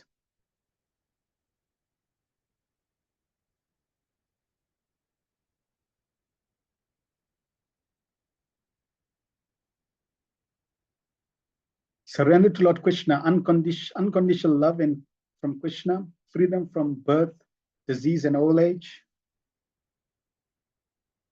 So I gave you the context. The context was which verse? The why verse, which I call the why verse, right? The more you have whys, the more you convince of why you need to practice Krishna consciousness, the more this will happen. To practice Krishna consciousness. So that was the context. So in that context, in that verse, Prabhupada's giving different reasons. And one of the reasons Prabhupada said, he said about your boss. And if you surrender to Krishna, people are working in this material world for money. They have a boss who's paying them. There's a hint. But if you surrender to Krishna, right, I will tell you. Prabhupada writes that you surrender to your boss. You work hard for your boss. And what the boss gives you? A meager paycheck. He keeps all the money for himself. And Krishna, if you surrender to Krishna, what does Krishna give you? Prabhupada writes, he shares all his opulences equally with you. Just meditate on that. He shares all his opulences with you. All the opulences that Krishna has, he gives you. He shares. You, my body, come. When Mother Yashoda prepares Krishna's lunchbox, when Radhavani comes and cooks for Krishna's breakfast, for lunch and breakfast, and when Krishna is taking that lunchbox, he's happy to share that lunchbox with all his cowherd boys. It's not like, no, it's my lunch. Krishna is happy to share. Krishna is not, oh, no, if I share with you, I'll have less. No. This is Krishna. This is the amazing personality that we're surrendering to. His heart only knows compassion and kindness. Love, compassion, and kindness. There's no other negative quality. There is no negative quality in Krishna's heart. Everything about Krishna is sweet. He's a personification, the embodiment of sweetness. This is the person we're surrendering to. He's all powerful. He's all famous. He's all knowledgeable. He's all beautiful. He's all renounced. This is the person we're surrendering to. So conclusion, the best thing for us is to surrender unto him. We must be convinced of this fact. And what is the first sign that we want to surrender to Krishna? This quality, Krishna Eka Sharanam, in the 26 qualities of a devotee, you will find quality number 12 is called Krishna Eka Sharanam. Of all the qualities of Krishna, this quality of Krishna, of all the qualities of a devotee, this quality of a devotee, Krishna Eka Sharanam, is the principal quality, the Swarup Lakshana. Why? Because from this one quality of the devotee, only surrender to Krishna. Krishna Eka Sharanam. All other qualities will be manifested. All perfection will be there. All bliss and happiness, everything you need, everything you desire to be fully content and successful is in this act of surrendering to Krishna. And the first sign, the first step of surrendering, just like when we surrender in a war, when we're in a war and we're surrendering to the opponent, to the enemy who's winning, we raise a flag, white flag. I give up. That white flag is a sign to the opponent, to the enemy, that yes, you're surrendering. So the first sign, this first white flag that you're picking up to Krishna, my Lord, I've been surrendering to everyone in this material world. I've been surrendering to my family. I've been surrendering to the boss. I've been surrendering to birth, death, this old age. I've been surrendering to my senses. I've been surrendering to the mind. I've been surrendering to time in this age, in this world. I've been surrendering to the three modes of material nature. I've been surrendering again and again and again and again and again. And I got nowhere. The only thing I got is more frustration and misery. So now I've realized my mistake. I surrender. That surrender is chanting the holy name of Krishna. Hare Krishna, Hare Krishna, Krishna Krishna, Hare Hare, Hare Rama, Hare Rama, Ram Ram. So when you start chanting the holy names of Krishna, that's the first sign that you're giving Krishna. And my Lord, I surrender to you. I'm surrendering to you. And that surrender then needs to mature to full surrender, unconditional surrender, complete, absolute surrender. Therefore, only those persons with a very poor fund of knowledge claim that they themselves are the Lord, small l, of all that they survey. And what can they survey? They cannot survey even the length and breadth of a small sky in one small universe. The so-called materialist scientists say that he would need to live 40,000 years to reach the highest planet of the universe, being carried by a Sputnik. That is also utopian, because no one can be expected to live 40,000 years. Besides, when the space pilot returns from his travel, none of his friends would be present to receive him back as the greatest astronaut. And as has become fashionable for modern bewildered scientific men. One scientific man who had no belief in God was very much enthusiastic in making plans for his material existence, and therefore opened a hospital to save the living. But after opening the hospital, he himself died within 6 months. So one should not spoil his human life, which is obtained after many changes of bodies in 8.4 million species of life, simply for the concocted material happiness of life through increasing artificial needs in the name of advancement of economic development and scientific knowledge.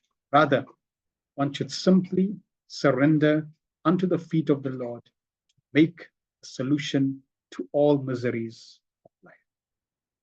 That is the instruction of Lord Krishna directly in Bhagavad Gita, and that is the instruction of Brahmaji, Supreme Father of all living beings, in Srimad Bhagavatam. And that is the instruction of Srila Prabhupada's teachings. Simply surrender unto Krishna. Anyone denying this surrendering process, just let's go back. See how Prabhupada so expertly, he starts off by glorifying Lord Brahma. So Lord Brahma has said himself. Therefore, as Pitama, father of all fathers, let's follow him and surrender. This will be the best thing for you. Only those who are poor fond of knowledge don't surrender. And Prabhupada gives an example. And then concludes, this is the best instruction, surrender. Then Prabhupada gives another angle. Anyone denying the surrendering process, as recommended both in the Bhagavad Gita and in Srimad Bhagavatam, and for that matter, in all authorized scriptures, will be forced to surrender unto the laws of material nature. So guess what everyone is doing? Everyone is surrendering. You either surrender to the material energy or you surrender to Krishna. The choice is always yours. The living entity, by his constitutional position, is not independent. He must surrender either unto the Lord or unto material nature. Material nature is also not independent of the Lord, since the Lord himself has claimed material nature as mama maya, or my energy, Bhagavad Gita 7:14, and as me bina prakriti astada, or my separated energy in 8 divisions, Bhagavad Gita 7:4. Therefore, material nature is also controlled by the Lord, as he has claimed in Bhagavad Gita 9:10.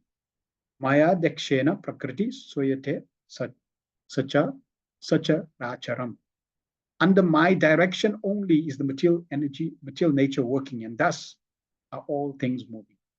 And the living entities, being superior energy to matter, have choice and discrimination, either to surrender unto the Lord or to surrender unto material nature.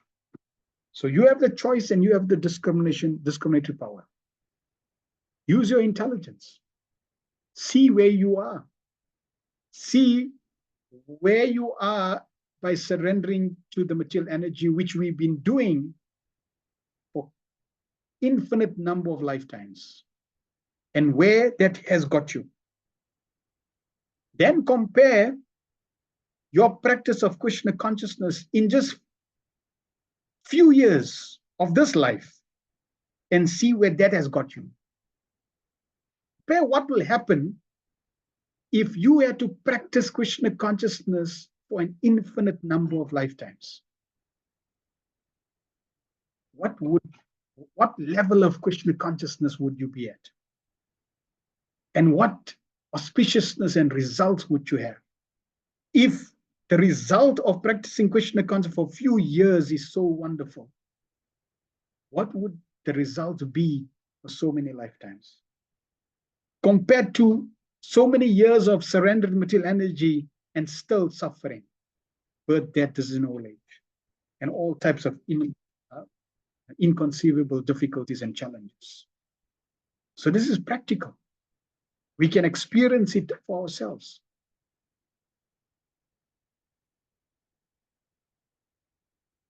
By surrendering unto the Lord, one is happy and liberated. But by surrendering unto the material nature, the living entity suffers.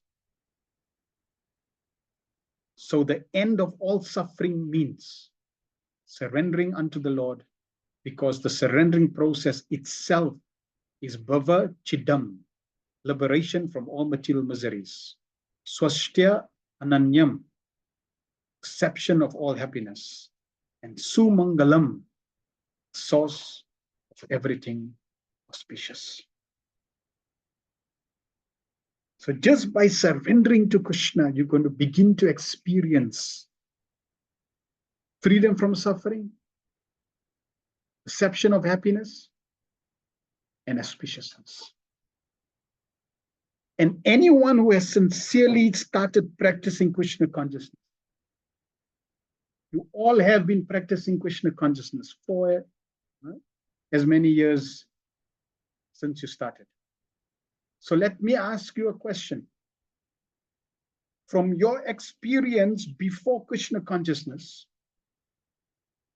and if you can remember from all your past lifetimes, compared to the years that you've been practicing Krishna consciousness to this point? Answer yes if you have experienced and are experiencing to some degree or other, because we have started the process of surrender. So have you experienced liberation, relief from material miseries? Have you experienced the perception of happiness? Have you experienced that your life is becoming more spacious?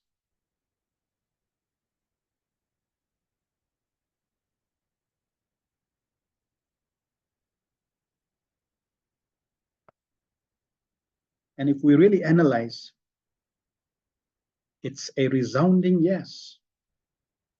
And the beauty is we haven't even started the journey. We just got initiated. It's like we just cranked up the ignition, you know, it's like we just started the car. We just started the journey.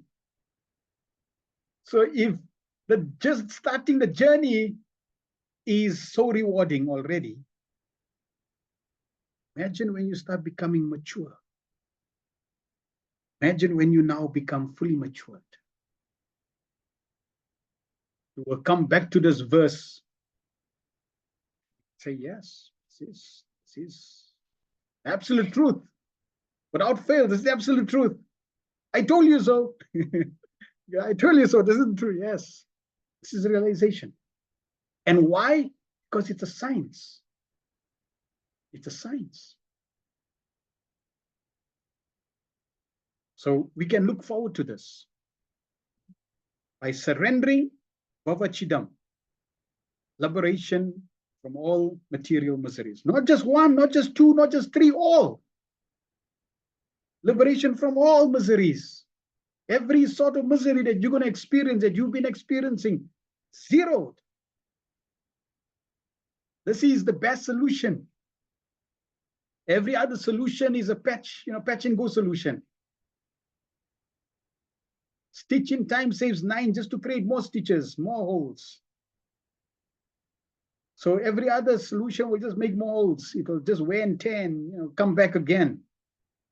So no solution is complete. But this solution, all miseries. Yes, we're looking for happiness. Everybody wants to be happiness. Material world is flickering. Things come and go. Our happiness come and go. And with every coming of happiness, there is more misery. So not the best solution, but surrendering process, permanent solution. And we already covered in the upgrade verse 2:6:18. Prabhupada talked about this point of happiness. Let's see who can remember.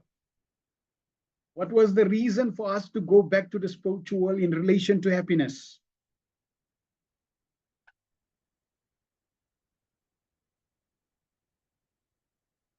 Who can remember? What was the reason for us to go back to the spiritual world in relation to happiness?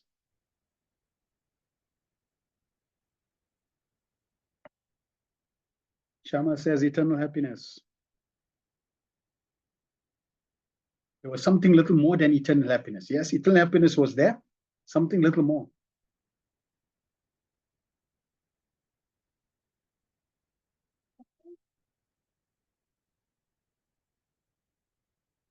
Adri's already given me the answer. I'm waiting for y'all to give me the answer. We are eternal, we seek eternity, bliss, eternal service to the Lord Krishna. My suggestion, please go read that verse again. Read that verse every week.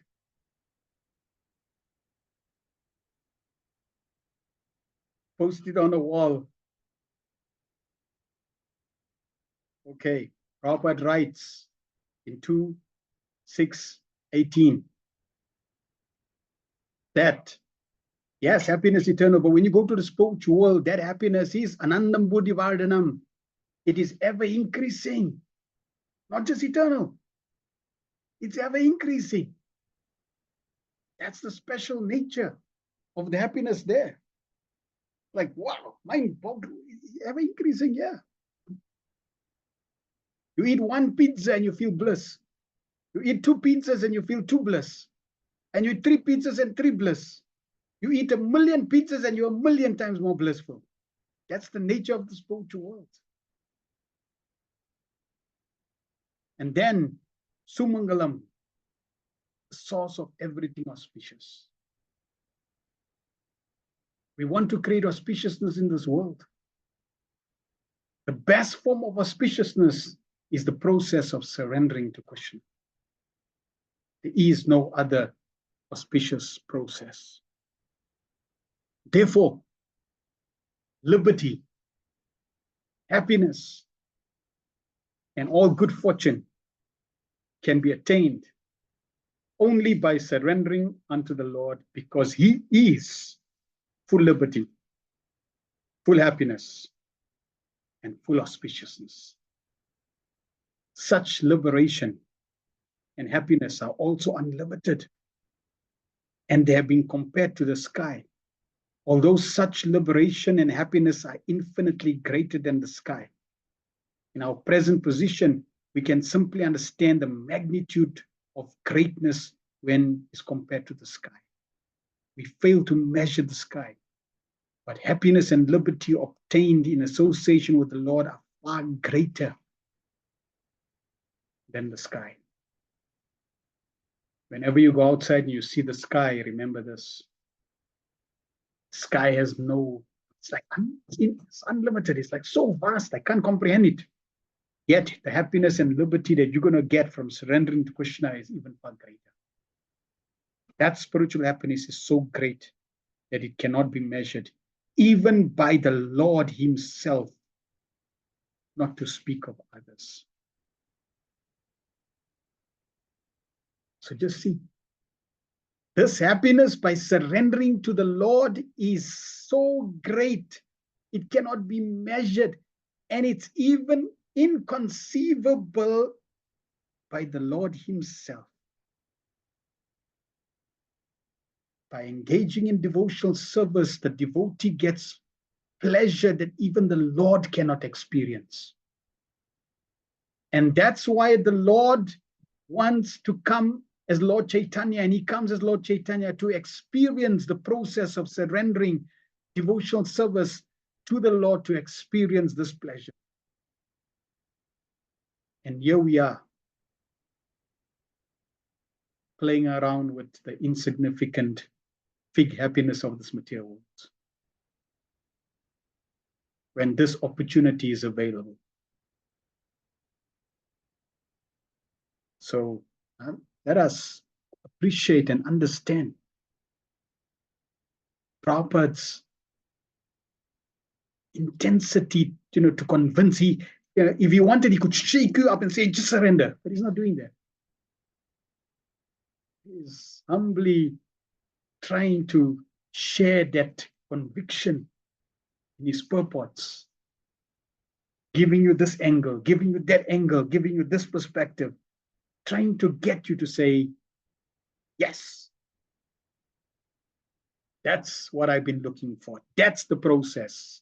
That's the person I want to surrender. And doing that.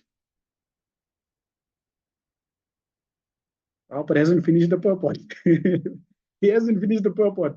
Yeah, he could have given 3 lines and done, but he hasn't finished the purport. He's still going on with the purport. Okay, Prabhupada continues. It is said in the scriptures, Brahma Sokyam to Anantam. Spiritual happiness is unlimited. Here it is said that even the Lord cannot measure such happiness. This does not mean that the Lord cannot measure it, and is therefore imperfect in that sense.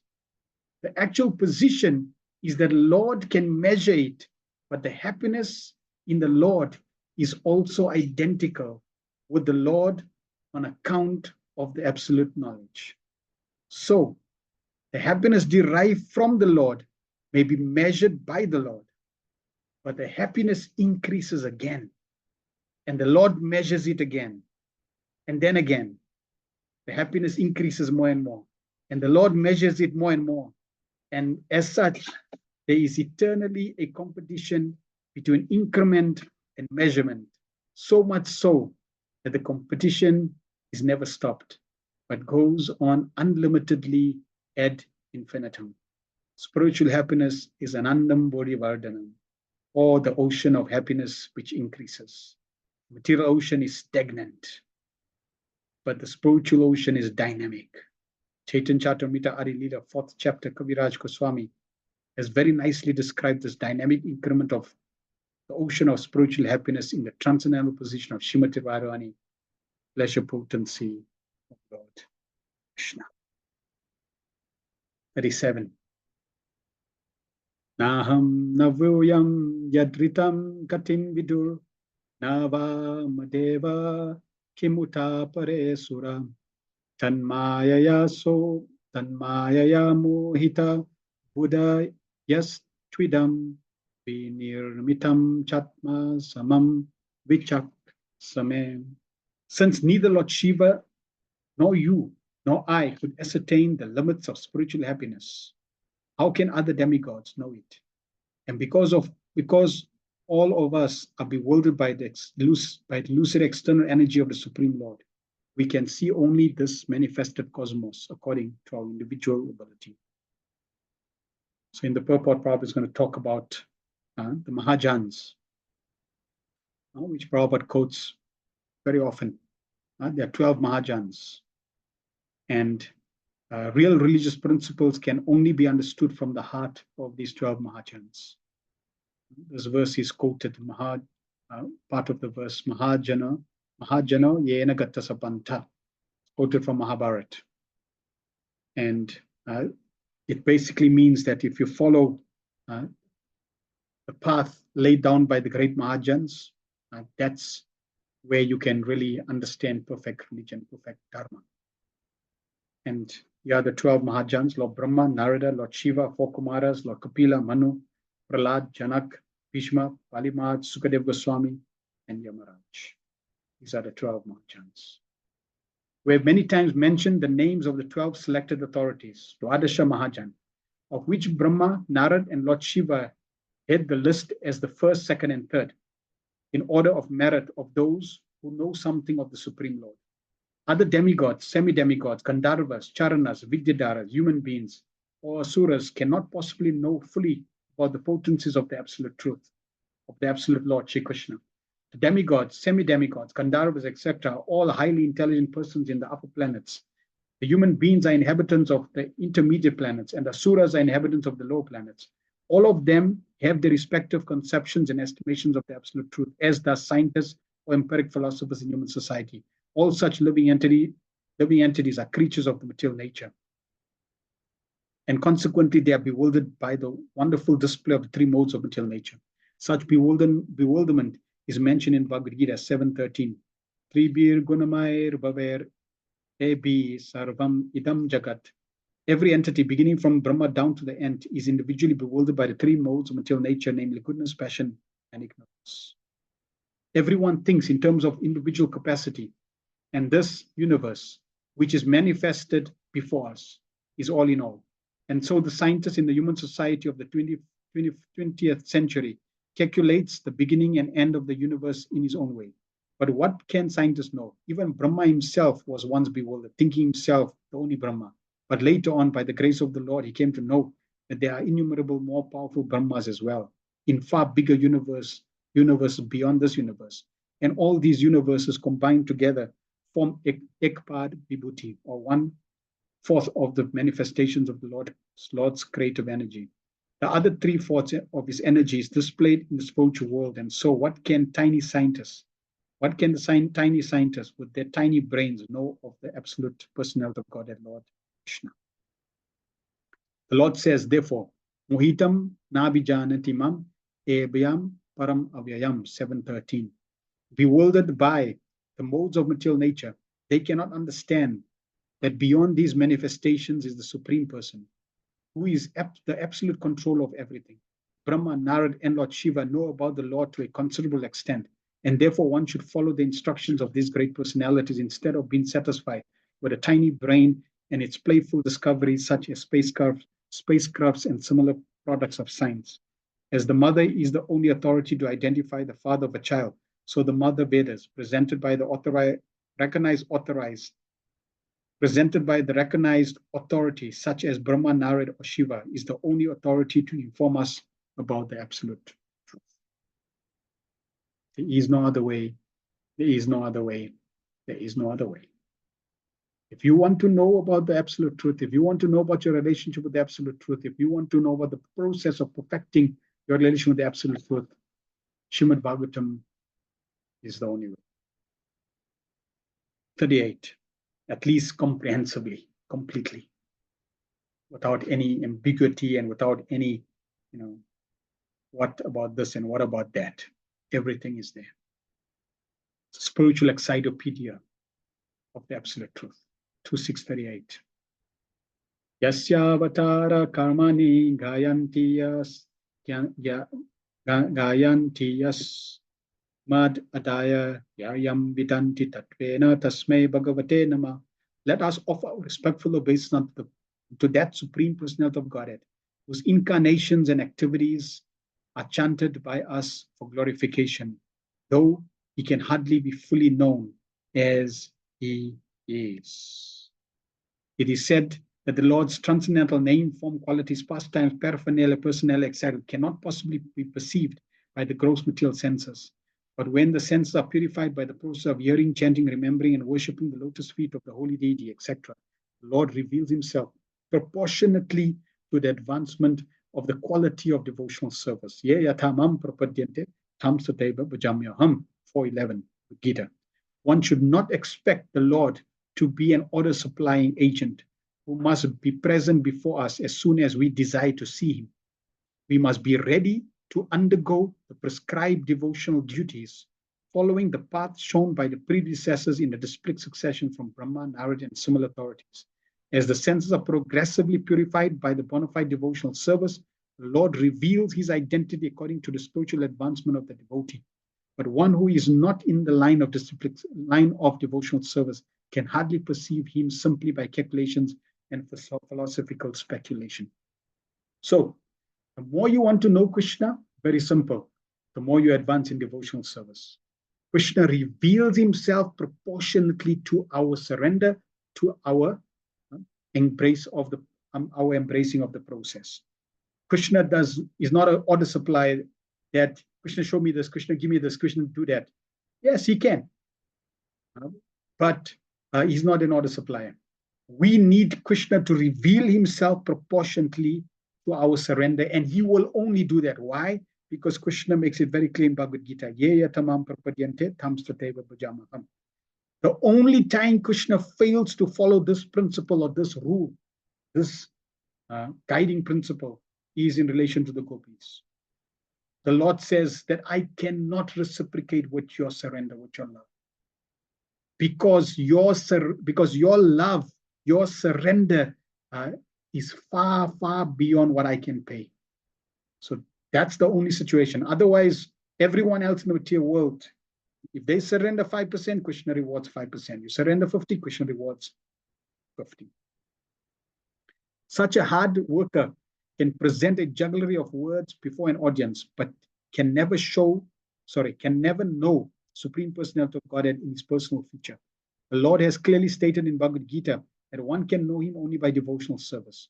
No one can know the Lord by any puffed up material process of challenge, but the humble devotee can please the Lord by his earnest devotional activities. Thus, the Lord reveals himself proportionately before the devotee.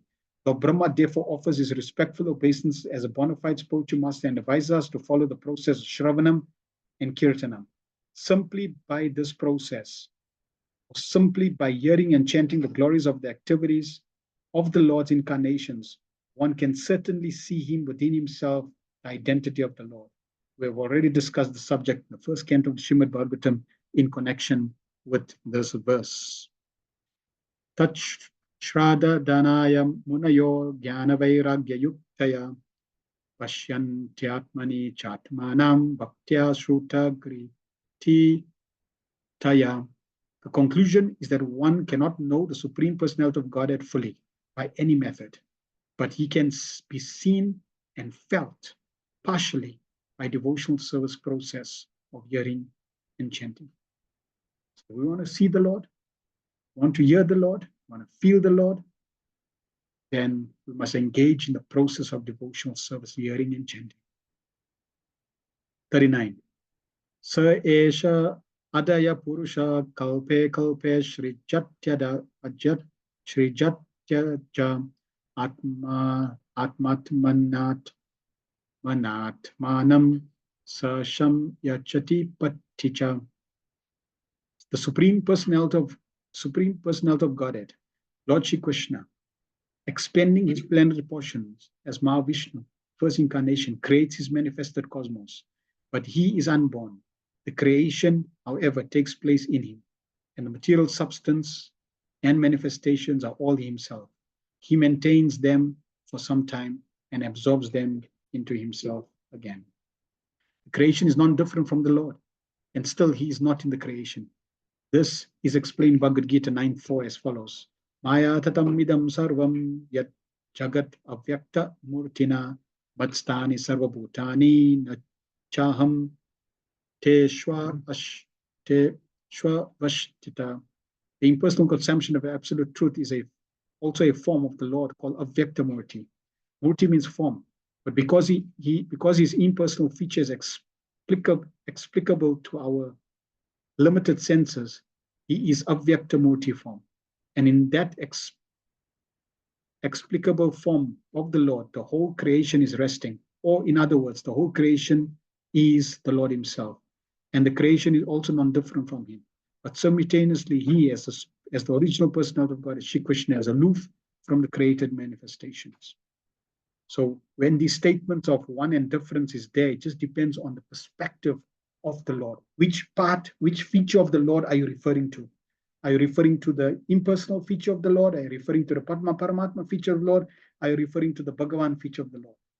When the Lord says he's in this world because the whole world is energy, the Brahman effulgence, but he's outside that in Goloka Vrindavan. So he's in and he's out. So in this way, Lord Chaitanya Mahaprabhu's inconceivable one and different philosophy is reconciled with the Bhagavatam philosophy. The impersonalist gives stress to the impersonal form of feature of the Lord and does not believe in the original personality of the Lord. But the Vaishnavas accept the original form of the Lord, of whom the impersonal form is merely one of the features.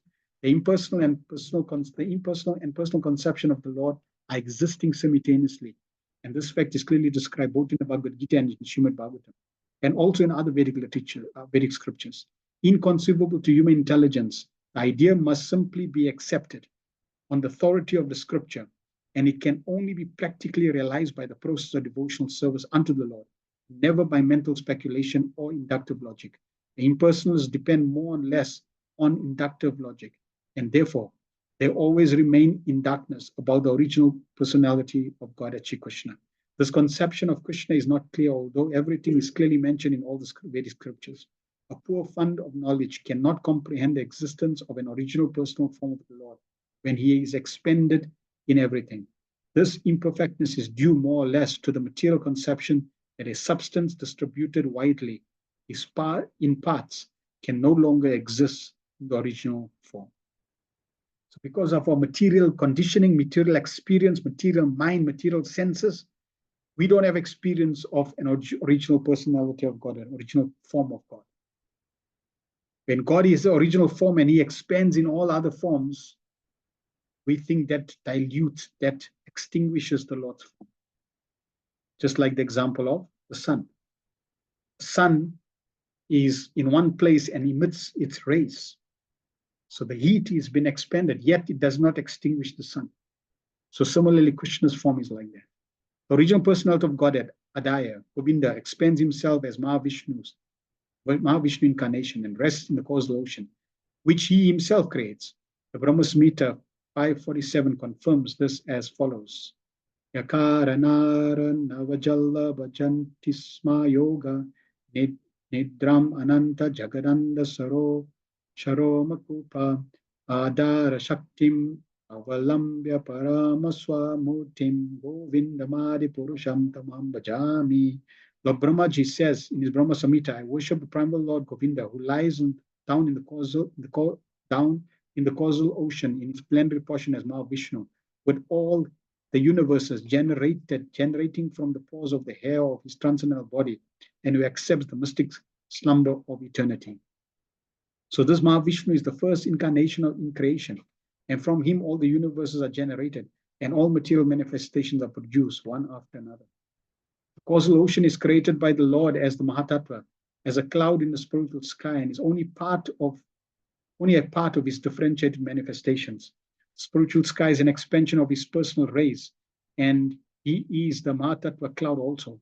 He lies down and generates the universes by his breathing, and again, by entering into each universe as Gobardaksai Vishnu, he creates Brahma, Shiva, and many other demigods for maintaining the universe, and again absorbs the whole thing in his person, as confirmed in Bhagavad Gita 9:7. Sarva Bhutani Kaunteya Prakritim Yanti Mamikam Kalpashraya Punastatani Kalpado Vishrajamaham. O son of Kunti, when the kalpa, or the duration of life of Brahma, is ended, then all the created manifestations enter into my prakriti, or energy. And again, when I desire, the same creation takes place from my personal energy. Conclusion is that these are all but displays of the Lord's inconceivable personal energies, of which no one can have any full information. This point we have already discussed.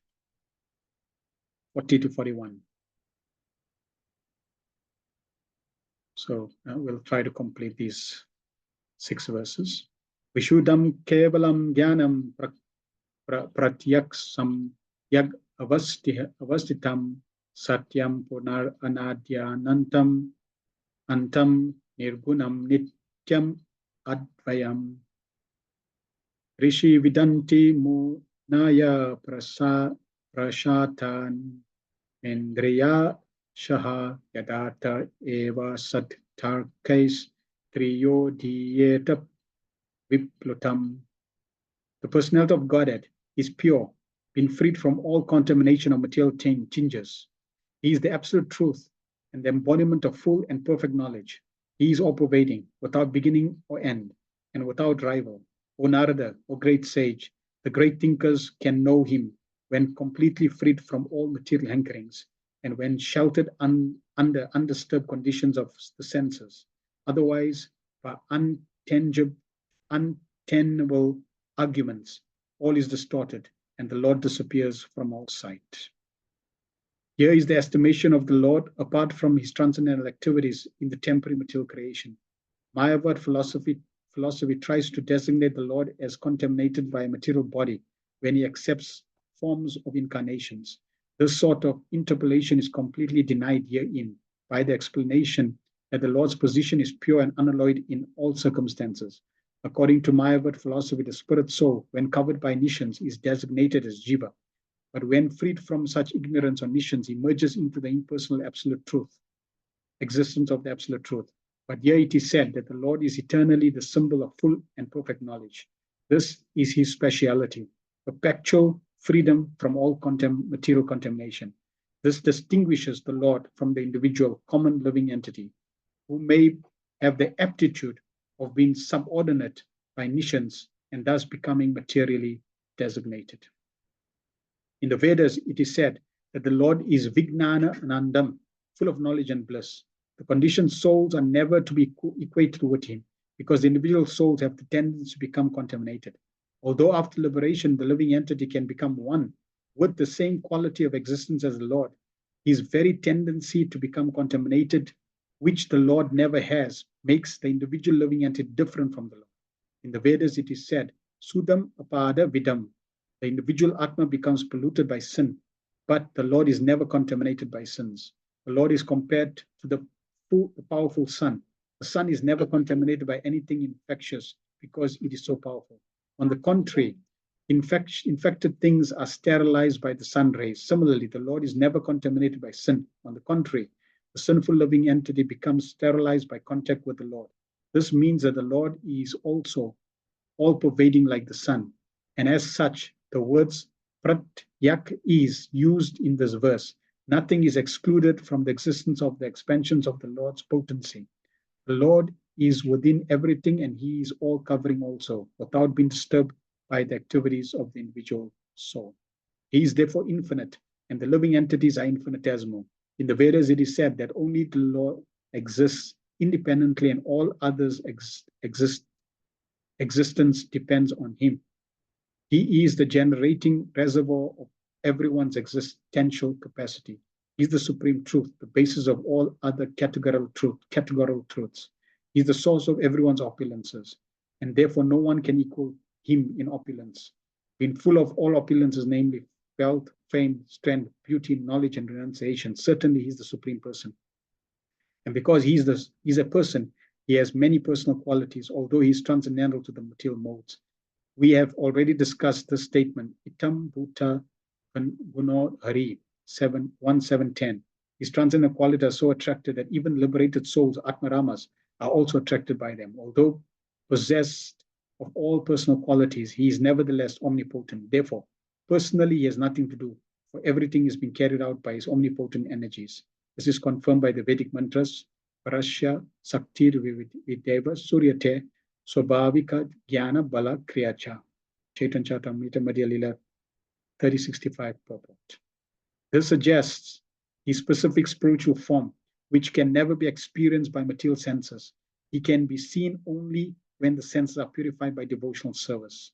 Yam eveshe prinutet tena labhyas tasyas atma virutanu swayam. Katha Upanishad 1:2-23. As such, there are the basic differences between the Lord and the living entities in so many respects. No one can be compared with the Lord, as the Vedas declare. Ekam eva dvitiyam brahma dvaitad vayam bhavati. The Lord has no competitor. He has nothing to fear from any other being, nor can anyone be equal to him. Although he is the root of all other beings, there are basic difference between him and others. Otherwise, there would be no necessity for the statement in text 38 that no one can know him 100% as he is na yam vidanti tatvam.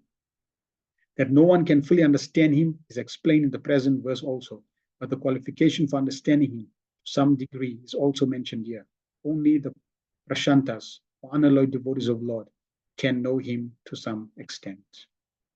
The reason is that the devotees have no demands in their lives but to be obedient servants of the Lord, while all others, namely the empiric philosophers, the mystics, the fruitive workers, all basically have some demand.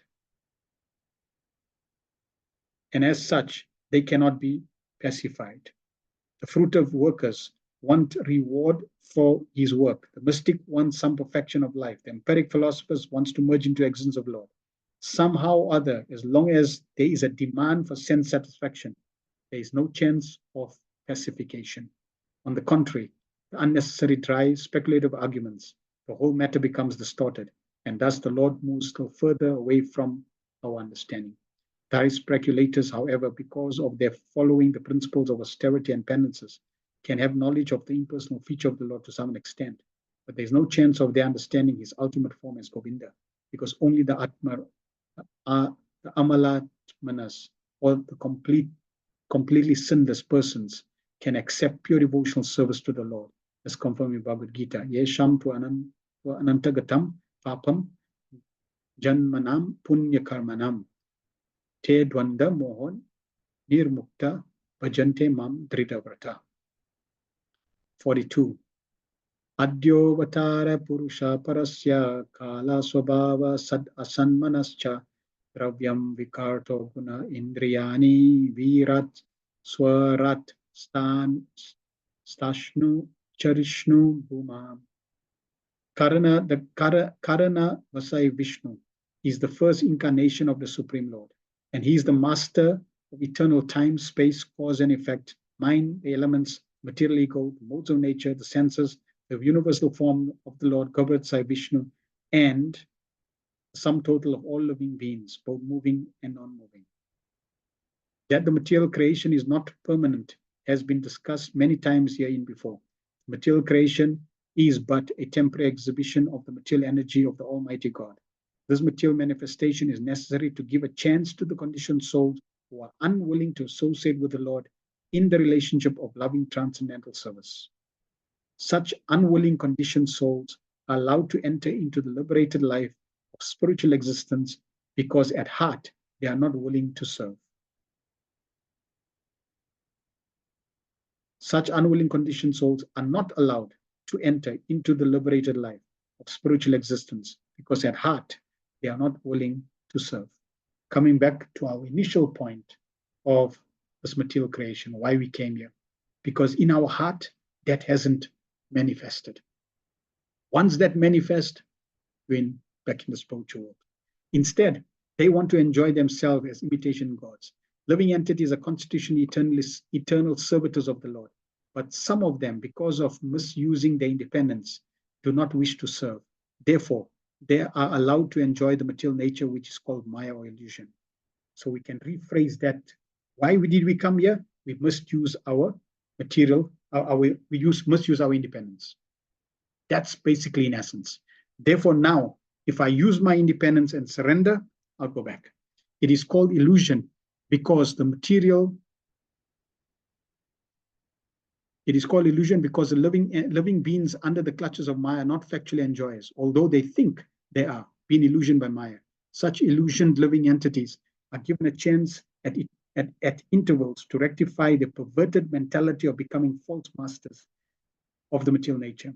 And there are imparted lessons from the Vedas about the eternal relationship with the Supreme Lord Krishna. Vedescha Sarvam Aham Eva Vedyo, Bhagavad Gita 15:15. So the temporary creation of the material manifestation is an exhibition of the material energy of the Lord. And to manage the whole show, the Supreme Lord incarnates himself as Karana Vasai Vishnu, just as a magistrate is deputed by the government to manage affairs temporarily.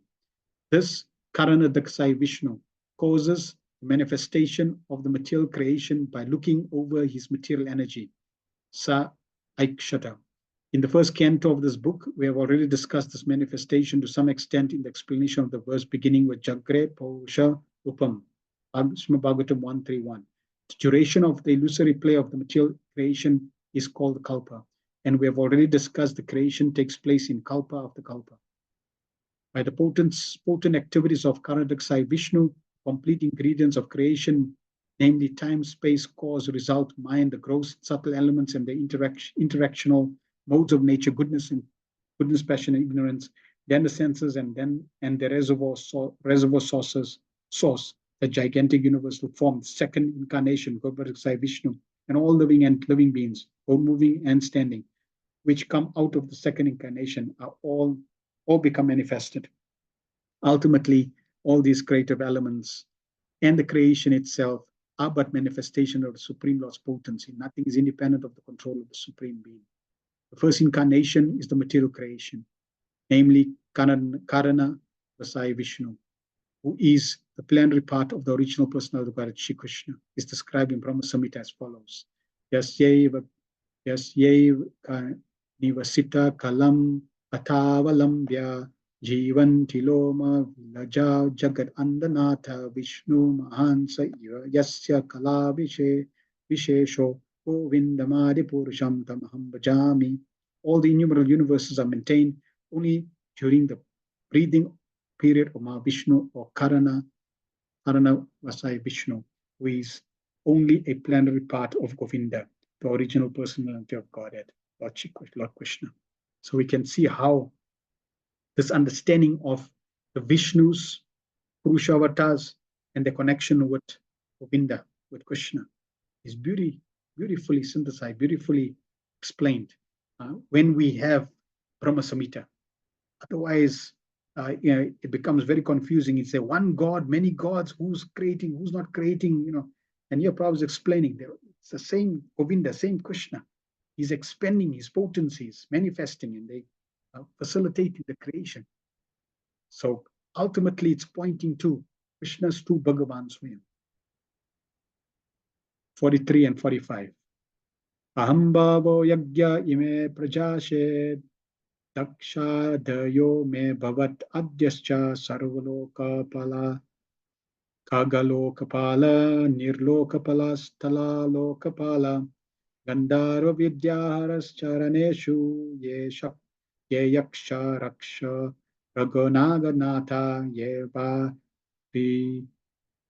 Shinam Rishabha Patrinam Daitendriya Siddheshwara Dan Nevendra Anyecha Ye Preta Pishacha Bhuta Ushmanda Yado Mridak Pakshya Disha Yatkincha Loka Bhagavan Mashwad Oja Sahashwad Balavat Shat Balavat Shamatvat Shriri Vibhutyatma Vad Abhutaram Tattvam Param Rupa Vad Aswarupam.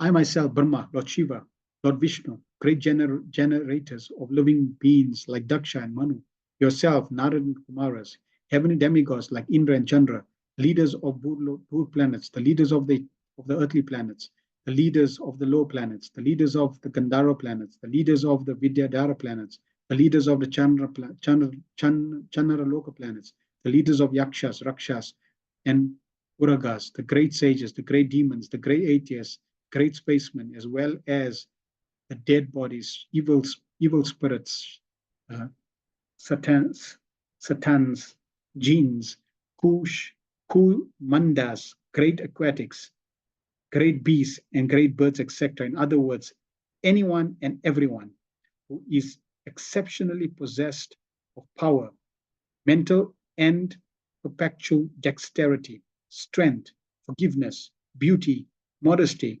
opulence, and breathing, whether word form or formless, may appear to be specific truth and the form of the Lord, but actually they are not so.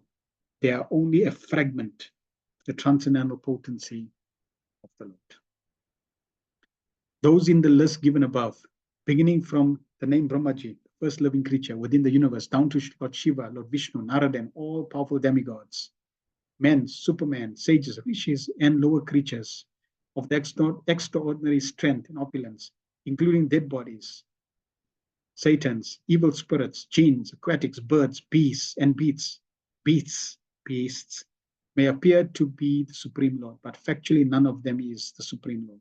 Every one of them possess only a fragment of the great potencies of the Supreme Lord. The less intelligent man is surprised to see the wonderful actions of material phenomena as Aborigines are fearful of the great thunderbolt, a great and gigantic banyan tree, or a great lofty mountain in the jungle.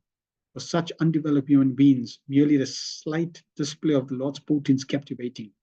A still more advanced person is captivated by the power of the demigods and goddesses.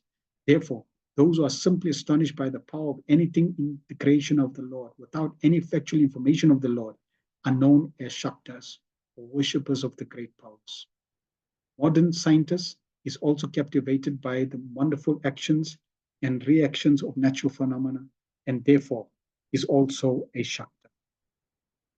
These lower grades persons gradually rise to becoming Sauryas, worshippers of sun god, or Ganapatyas, worshippers of the mass of people as Janata Janardan or Daridra Narayan, etc., in the form of Ganapati, and then rise to the platform worshipping Lord Shiva in search for the ever existing soul, and then to the stage of worshipping Lord Vishnu, the super soul, etc., without any information of Govinda, Lord Krishna, who is the original Lord Vishnu. In other ways, they are worshippers of race, nationality, birds, beasts, evil spirits, and Satans, etc. The natural worship of Shanidev, the lord of distressful conditions, and Sitaladev, the goddess of smallpox, is also common among the mass of people. And there are many foolish men who worship the mass of people or of the poor class of men.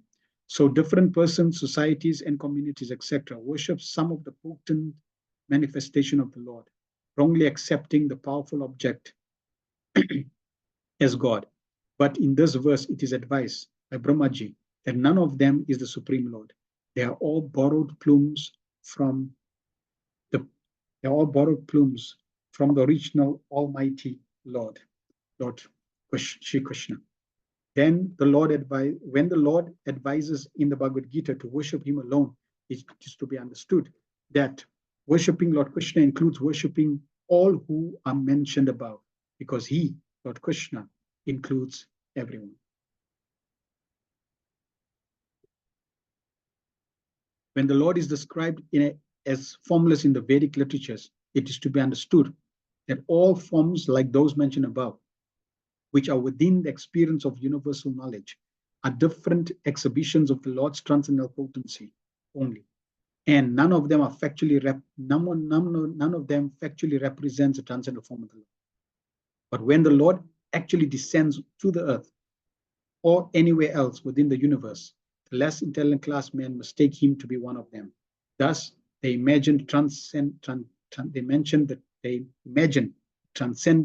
to be a formless or impersonal. Factually, the Lord is not formless, nor does he belong to any of the multi-forms experienced within the universe.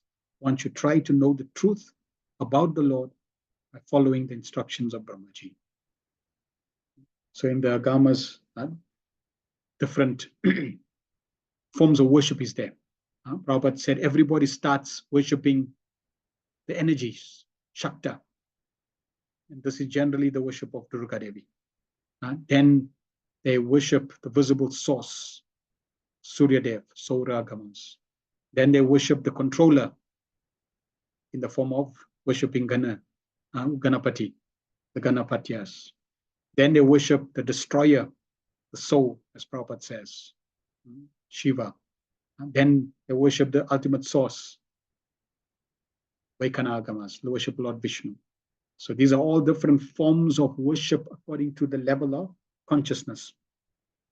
Ultimately, we worshiping the Supreme Lord Govinda, who's the source of all these forms of worship and personalities. 46.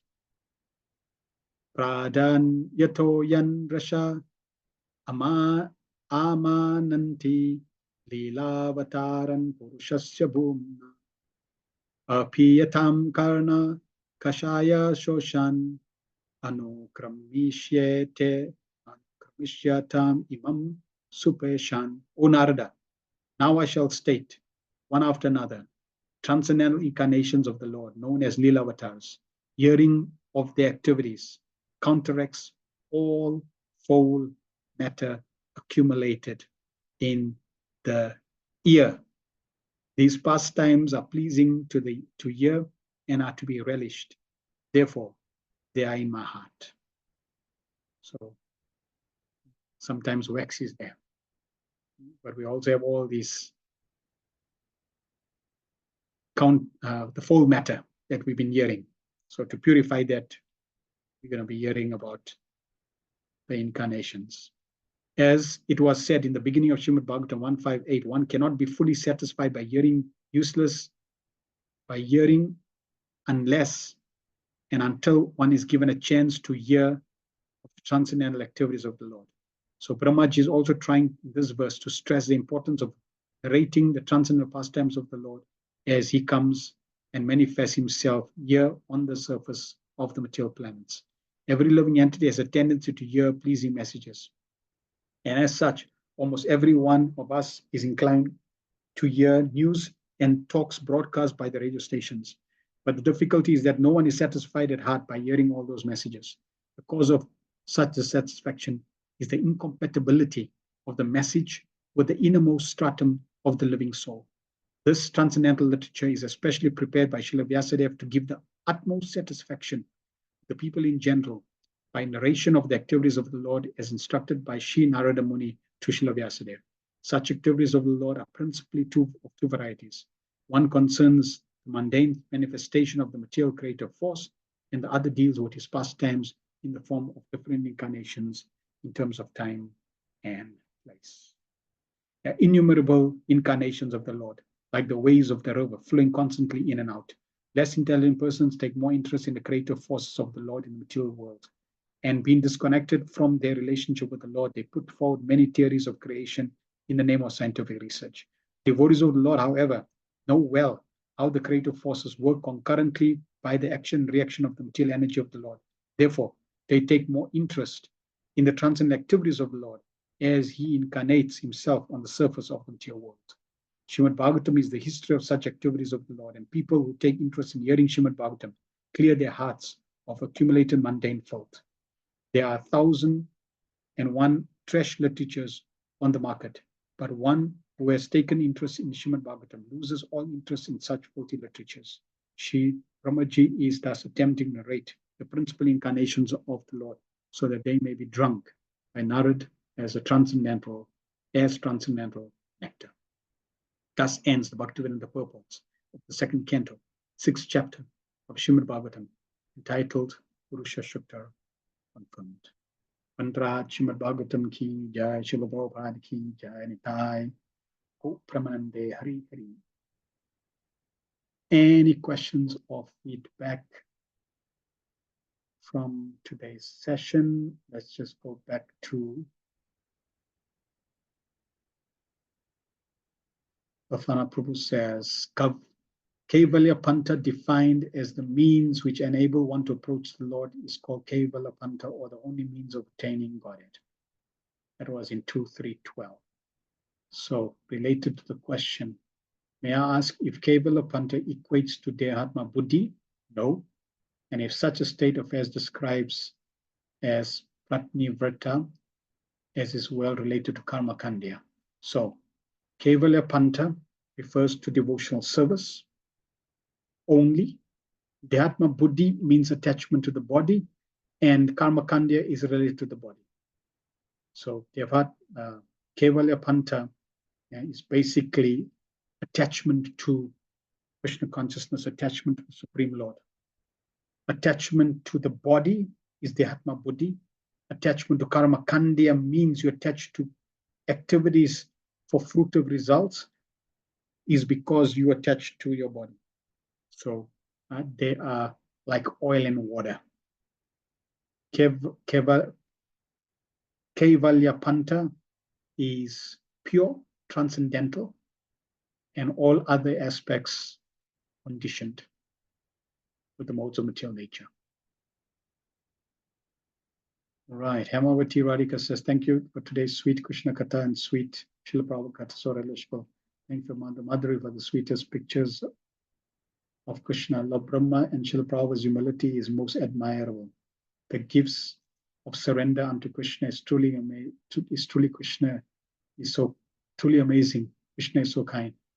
It's inconceivable, yet so inspiring. Srila Prabhupada, our Savior, blessing us with the hope and faith we need in surrendering to this perfect process to go to the planet, to go to the perfect destination, our real home, and getting out of this blazing fire. Thank you, Hare Krishna. Shyamananda Prabhu says, Hare Krishna, as you said, Srila Prabhupada could have put few lines and went to the next verse, but he poured out everything he has into these purports. All we can do is bow down and say, thank you very much, feeling very unworthy and guilty, not properly embracing these gifts. Yes. Prabhupada didn't have to repeat, didn't have to re-emphasize, didn't have to go from one page to another extensively. But it's only because of his compassion, his kindness, his love. He knows what's best for us. And he's trying with compassion to take us back to Krishna. Prabhupada said, I have Krishna. And I'm ready to give you Krishna. Yeah, take him, take him.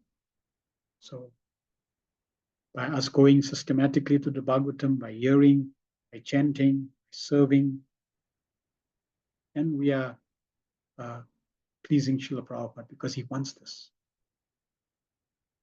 Because he knows what's best for us. And if we embrace, we will see, we will realize that it's true. Every living entity is looking for this. And we are fortunate we have this little understanding, and we're trying our best to serve in this way. Shama says, Hare Krishna, you mentioned the different agamas, different forms of worship, and there are categories.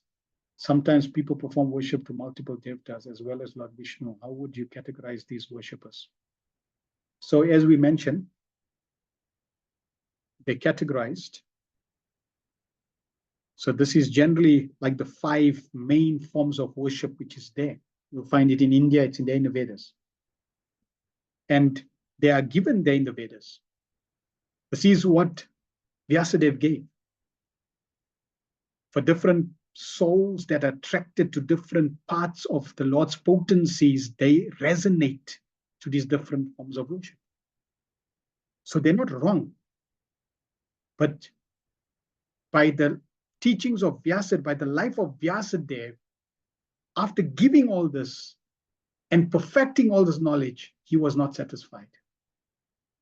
So the lesson is you can worship Durga, you can worship Surya, you can worship Ganesh, you can worship Lord Shiva, you can worship Vishnu. But these forms of worship will not completely satisfy you. Why?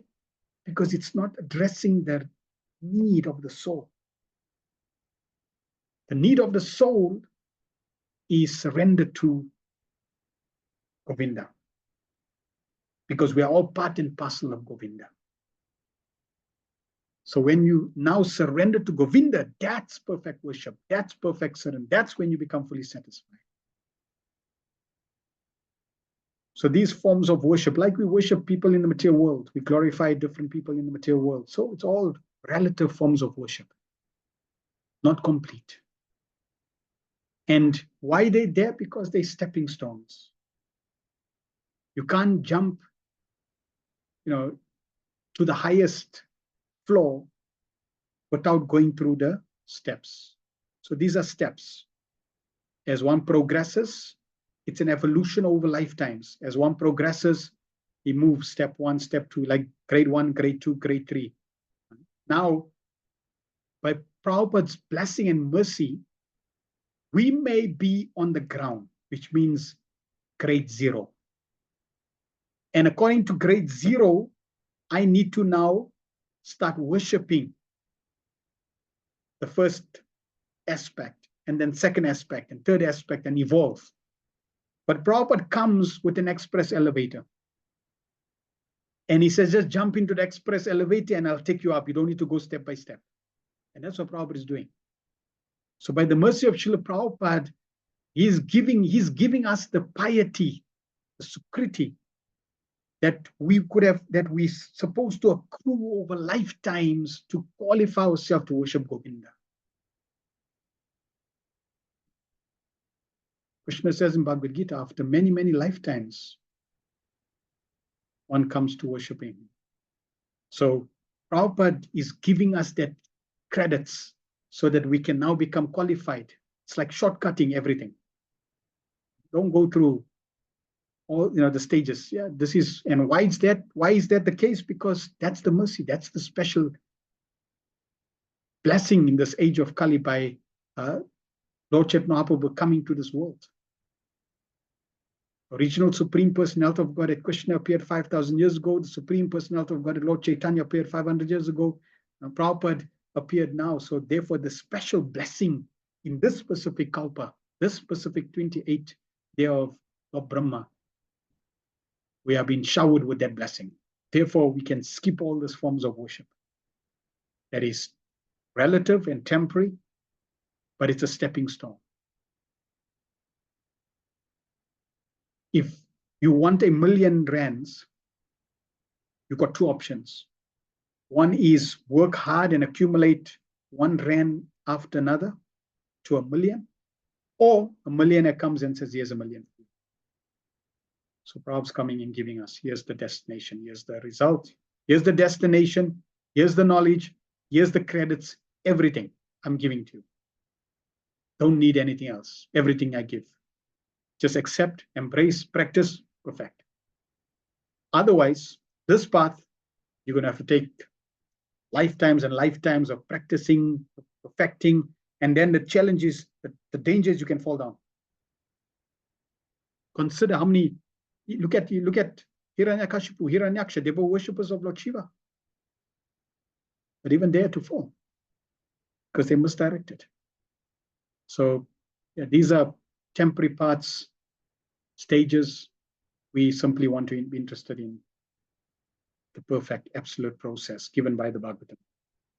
Yeah, we don't need to go through all the stages by the mercy of Srila Prabhupada. So that's where these fall under. Hope that answered that question.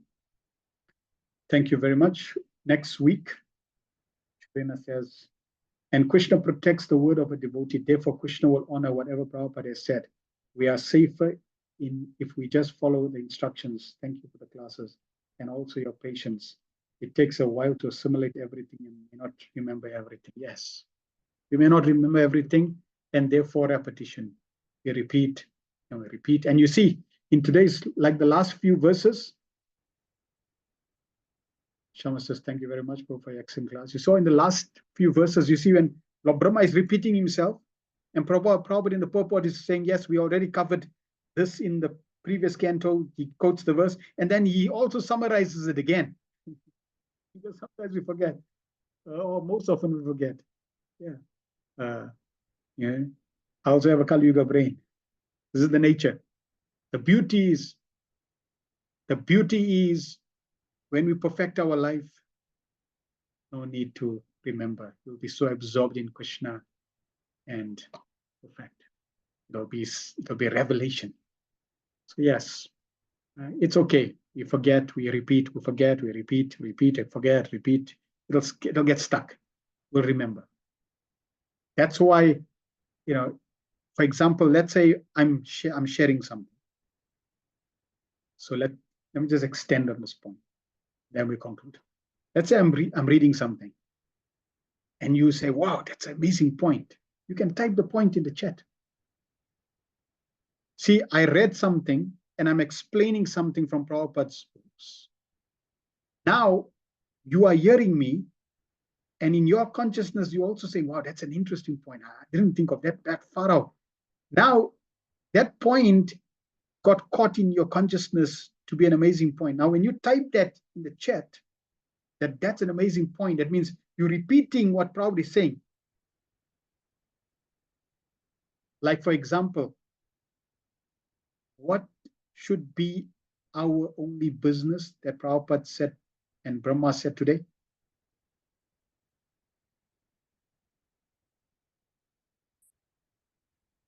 We should simply, exactly, surrender to Krishna. Right? Now you see, we're reflecting back what Prabhupada says. And when you type surrender, that also goes deeper into your consciousness because you are also acting and typing. So by the act of typing in the chat, even while I'm going through the purport, when you're now recollecting that point in the chat, it goes to everyone. So for them to read, I can also read. It's reinforcing. So the more we reflect, the more we remember again, talk about it, it goes deeper and deeper, and until it becomes part of our nature. It's like it's embedded. It's part of you. Like, for example, how many of you forget your name? Somebody asks you, what's your name? You never say. There's never a time when you forget your name. Why? Because you heard it so many billions of times. The neurons for your name is like a special, pathway. Anyone says your name, is like highway. Yeah, that's me. So like that, when you repeat, it creates on a material level. Repetition creates your neural network pathway. On a deeper level, Krishna says, Mata smriti gnanapahanam cha. For me comes remembrance, knowledge, and forgetfulness. So yes, we simply repeat, associate, purify, and if you forget, repeat, purify, and in this way, there's no loss or diminution. We can glorify Prabhupada by repeating the same purport again and again and again and again, and it'll go deeper and deeper, and it'll purify one purport, one canto, one purport, one verse, one line, one word, of the Bhagavatam can be repeated again and again and again and again, and you'll get perfection. This is the standard of the Bhagavatam. Yeah. It's inconceivable. Why? Because it's Krishna. And Krishna is inconceivable. Krishna is unlimited. Any aspect of Krishna can purify you and perfect you. We simply have to surrender. Vantaraj Srimad Bhagavatam ki jai, Srila Prabhupada ki jai, Nitai Go Pramanande, Hari Hari. Next week we will cover chapter 7, scheduled incarnations with specific function.